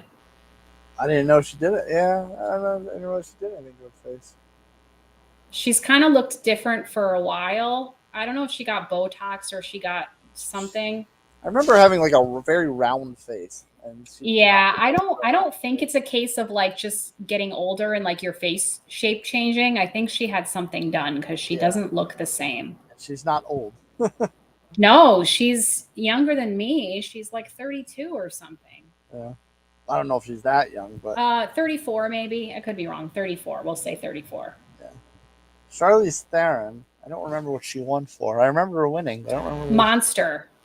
Oh, was it Monster? Okay. Yeah. Okay. Probably. Yeah. I think you're right. That came out in like 2004. I remember like the huge. Yeah, it's an older one. Yeah. That was 20 years ago already. She won. Yeah. Eek. Eek.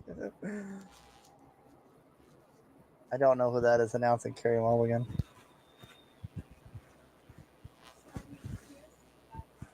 Oh, she looks familiar, and I can't think of her name. Yeah. She's a like a legendary actress, and it's terrible that I don't remember what her name is. I feel the same way.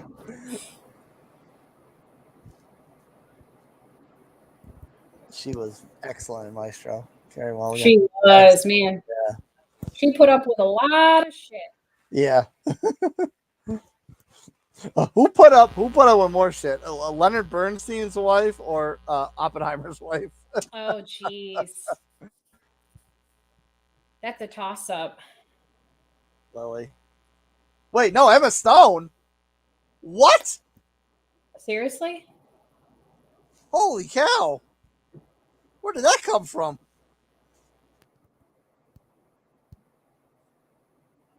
Oh, geez, that worries me. That worries me. I hope Best Picture doesn't go sideways.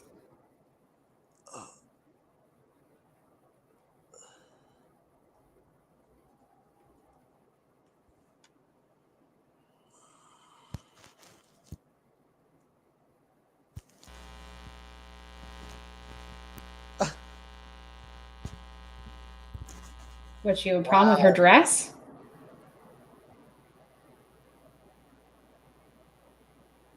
That was funny. Who would have thought she would have gone from Superbad to two-time Oscar winner?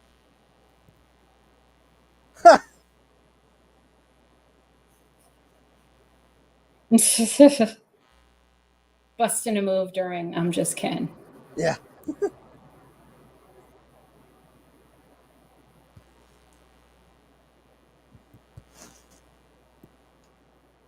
Red, you might have to fly solo for a minute.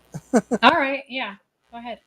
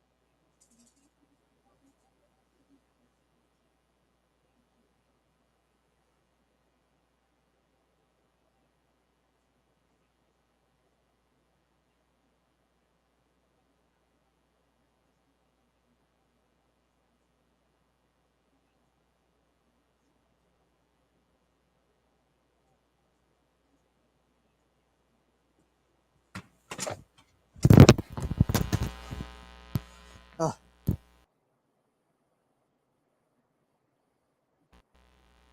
I was gonna say I can hear you, but I can't see you yet. Yeah, popping in. 3 hours, long time to go. She basically said like the director told her like a piece of advice, and then she's like, "Oh well, you know, it's when you're making something great, like it's you know, it's this great team, you know, it's the sum of all these parts." And like I'm like, it wasn't great what you made, but okay. There was a lot. There was a lot of sum of parts, though. I will say that. Oh my. And I mean, her performance was very, very good, but the film itself. So, acting performance very much deserved. Film quality, kind of sketched out. But yeah. All right, Jimmy, what you got?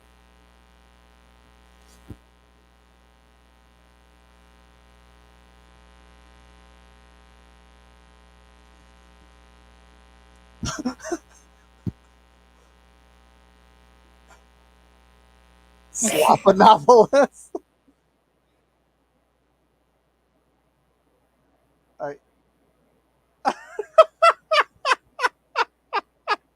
Make America Great Again. That is fantastic.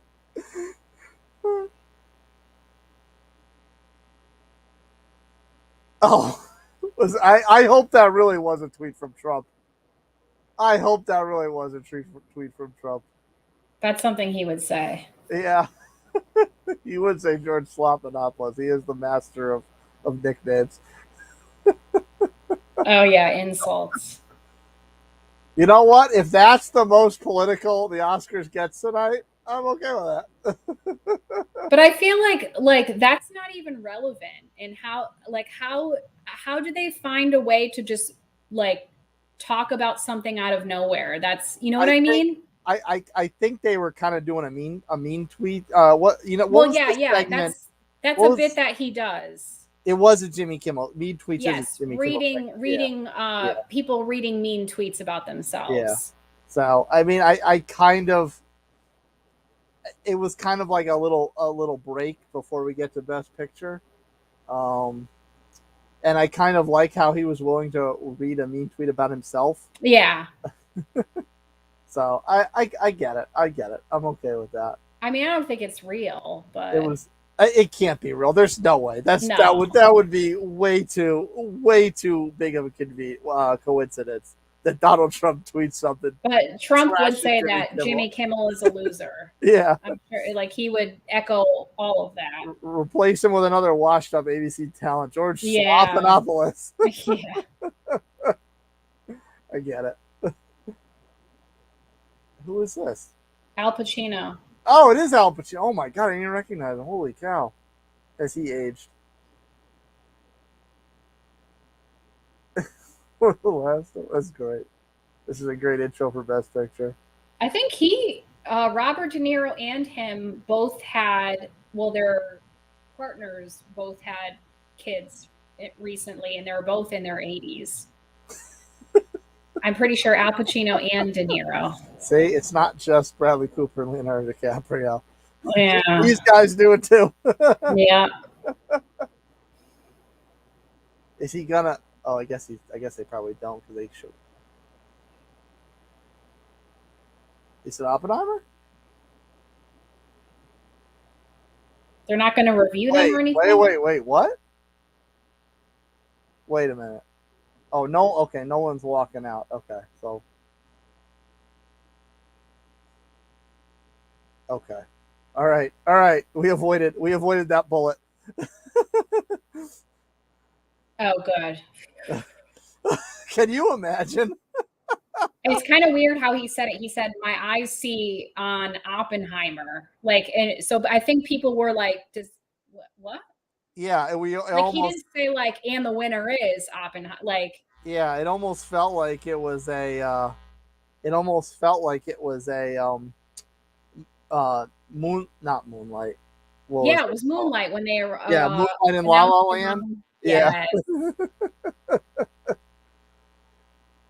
That was a very weird way to announce Best Picture, but The right one won. Yeah, I'm relieved. Yeah.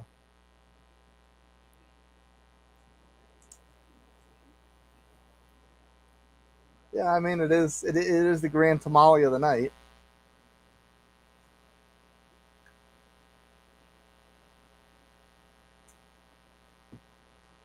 Yeah.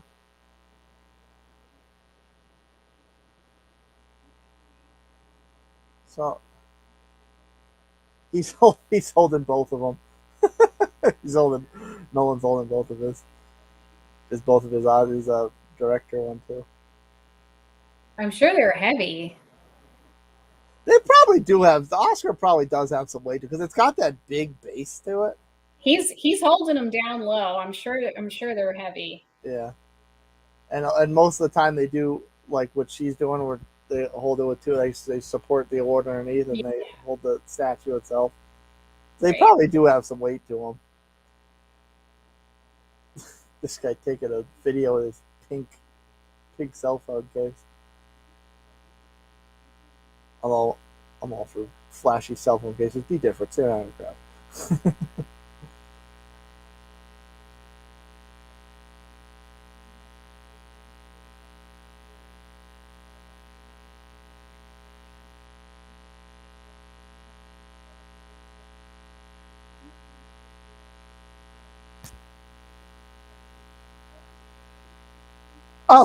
Oh yeah. By the way, thanks to the Academy. Yeah. I mean, I've definitely seen winners accept that and not thank the Academy, but it's weird when they go through this whole normal spiel of thanking everyone and then they don't say it. Yeah, you know what? It's funny. They didn't do any little spiels about voting or, oh, our Academy does blah, blah, blah. And, the Academy president, they didn't do that. Not they usually do. I don't recall that because that did kind of throw me for a loop with the SAGs. So I'm not like super surprised.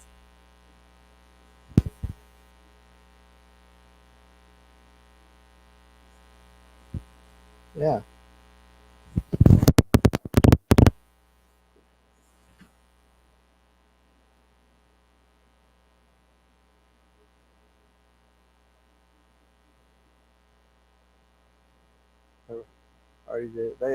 I always like when the best picture's announced and like everybody comes up on stage. Yeah. Oh yeah, there's Josh Hartnett up there. I forgot he was in that movie. I did not recognize him. Yeah. Well, no, that's not true. I shouldn't say that. I did recognize him, but I'm looking at him like, I think that's. You're like, Josh how do Hartnett. I know this guy? Yeah. It's like I think that's Josh Hartnett, but it really doesn't look like him. It's almost like he's in a different context or something. Mm-hmm. Yeah. Oh, poor Lily. What was that about? I know. What was that about? I just like. I can't really say whether Emma Stone deserved it because I thought it was a terrible movie, but like from what I understand in the reviews, like she got an Oscar for like showing her acorn boobies for 2 hours. Like what? She did show them a lot. Like, and I don't think she's ever been topless in any other film. No, and like you're a mother now. Like I don't get that. Like you're married, you're a mother now, and like you choose this point to do this like smutty, like unethical, immorally, like just immoral movie. Like I don't know. Yeah, I mean, I guess that's as we kind of wrap up the show. I guess that's the kind of topic. I guess that's kind of the big topic of the night as far as what people are going to be talking about tomorrow. And ironically enough, the big upset, yeah. And ironically enough, we started the show talking about poor things and how terrible it was. And I feel like, you know what? I feel like it's going to become a diversity thing too. Like, oh, you're going to give the award to the white woman instead of the Native American who would have been the first Native American to win. Yeah, you may not be wrong about that. Like it's going to be a huge upset, especially think of all like the Native American community. They're probably like crushed, you know? Yeah. And considering the fact that she was the heavy favorite going in, she already won 2 awards. They thought she had it in the bag. I thought she had it in the bag. Yeah, and like the emotion that Lily Gladstone had in Killers of the Flower Moon, it was like felt in every single scene, like just on her face, her portrayal. It was just like you felt this heavy emotion every time she was on screen. Yeah, I'm just kind of disappointed by that. I am happy with the fact that it was not voted best picture, thank God. But like, who did? Like, quite honestly, like, how many friends does Emma Stone have in the Academy, or how many people did she pay off to win this award for this terrible movie? I mean, come on, man. It's so weird to me because, like, okay, so you have that upset and over a heavy favorite, and she and her, the first time America got exposed to Emma Stone on TV, excuse me, on the movie screen, was Superbad, Yeah. a very silly high school drinking coming of age type of film, and you have Bradley Cooper, who's whose first real exposure to America are things like Wedding Crashers, where he's his douchey fiance, comedies, all comedies people start in. Hangover, where he's this foul-mouthed teacher that doesn't hate his life but wants to like live this wild adventure that's not really his life, and so he's typecast and he can't break through and beat this heavy favorite in Cillian Murphy for this truly transformative role. And I'm not saying Emma Stone's portrayal wasn't transformative, because she definitely pulled off this kind of weird, put together, reanimated person that had absolutely no idea how to exist in society and is trying to figure out how to learn, and winds up just falling into this, smutty kind of pornographical type of role. Yeah. But it's just weird when you compare the two. Like, they're both coming from similar exposures to the cinematic watching society, and they're both going up against heavy favorites for this category. And Emma Stone's already won an Oscar. Yeah. And she's the one that pulls this last minute upset, and Bradley Cooper doesn't. Yeah, I don't know. It's a weird thing, but yeah, I mean, that's kind of, I guess I didn't really know how much I wanted Lily Gladstone to win until she didn't win. You know what I mean? Yeah. Before, it's true, because we're watching it, and maybe, and I don't know, like, maybe is it more Emma Stone, more anti-poor things than it is pro Lily Gladstone? No, I don't know. Like, to be honest, I kind of feel like it might have been, I might have watched the Golden Globes or the first award show we covered before I saw Killers of the Flower Moon. Right. So when she won, I was like, okay, I hope it's not a diversity thing. I hope it's that she legitimately did the best job, so that you can say she's the first Native American who won this award. But I hadn't seen it, so I didn't know. But like, now that I've seen it, I'm kind of like, you know what? It's not a diversity thing. Like, I think she deserved it. Yeah, that was a true award of merit. Right. And I really think that she, and probably everyone around her, like her friends, her family, like a lot of people thought that she was going to win it. So I just can't imagine what she's feeling, Yeah. I don't, unless this is just the Academy's way to juice interest back into it and get people to talk about the Oscars, which, if that's the case, it's a pretty shitty way to do that. Yeah, well, you would think that that's not the way that they would do it, because they're all about diversity. They are all about they literally changed the nomination rules for it. Right. And if they were so concerned about diversity and things like that, then the female director would have won. They would have found a way for the female director to win, but she didn't. So yeah, I don't know. It's kind of interesting. I do hope that, it seems like they've made a couple changes that are for the better with this award show. Like, maybe they're hoping that's going to help their ratings.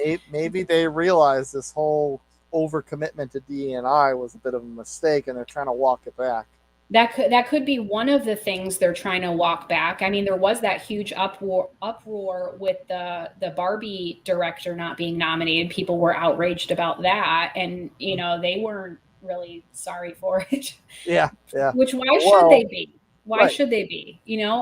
It's Barbie. But it kind of seems like they've seen the ratings take a nosedive over the last several years, and they're trying to do things to change, which is great. They changed the time, they changed the way that the people were presenting the awards.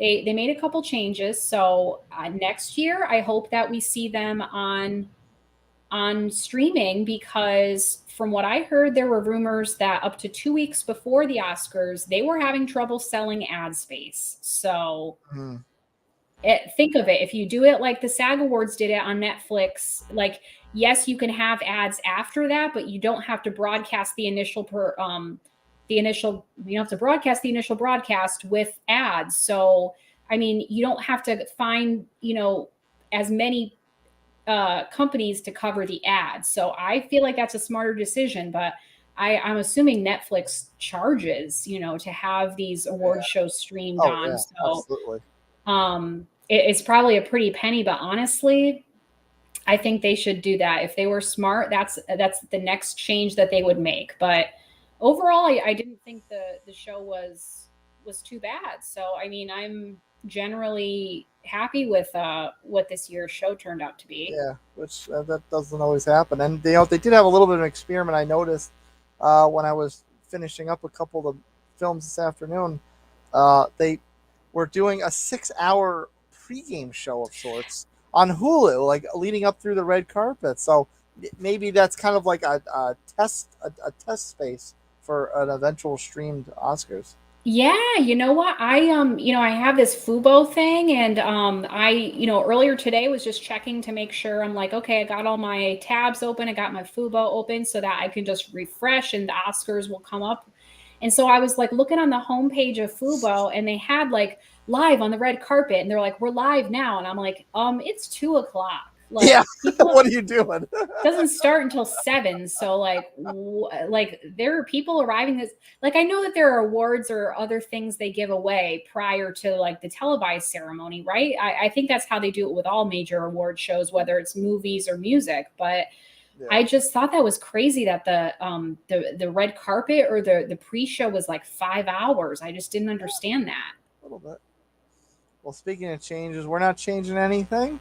Red and Red Real Reviews. Stay tuned to all our shows. If you like seeing more of our colorful, flaming ginger hair, beautiful faces. Yes, YouTube and Rumble for the video side of things. If you're on the go and want to listen, that's Spotify. It's Apple Podcasts. It's Google Podcasts. It's iHeartRadio. Until the next Real Review, Binge the Ginge, Nutmeg to Palmetto. Signing out. Bye.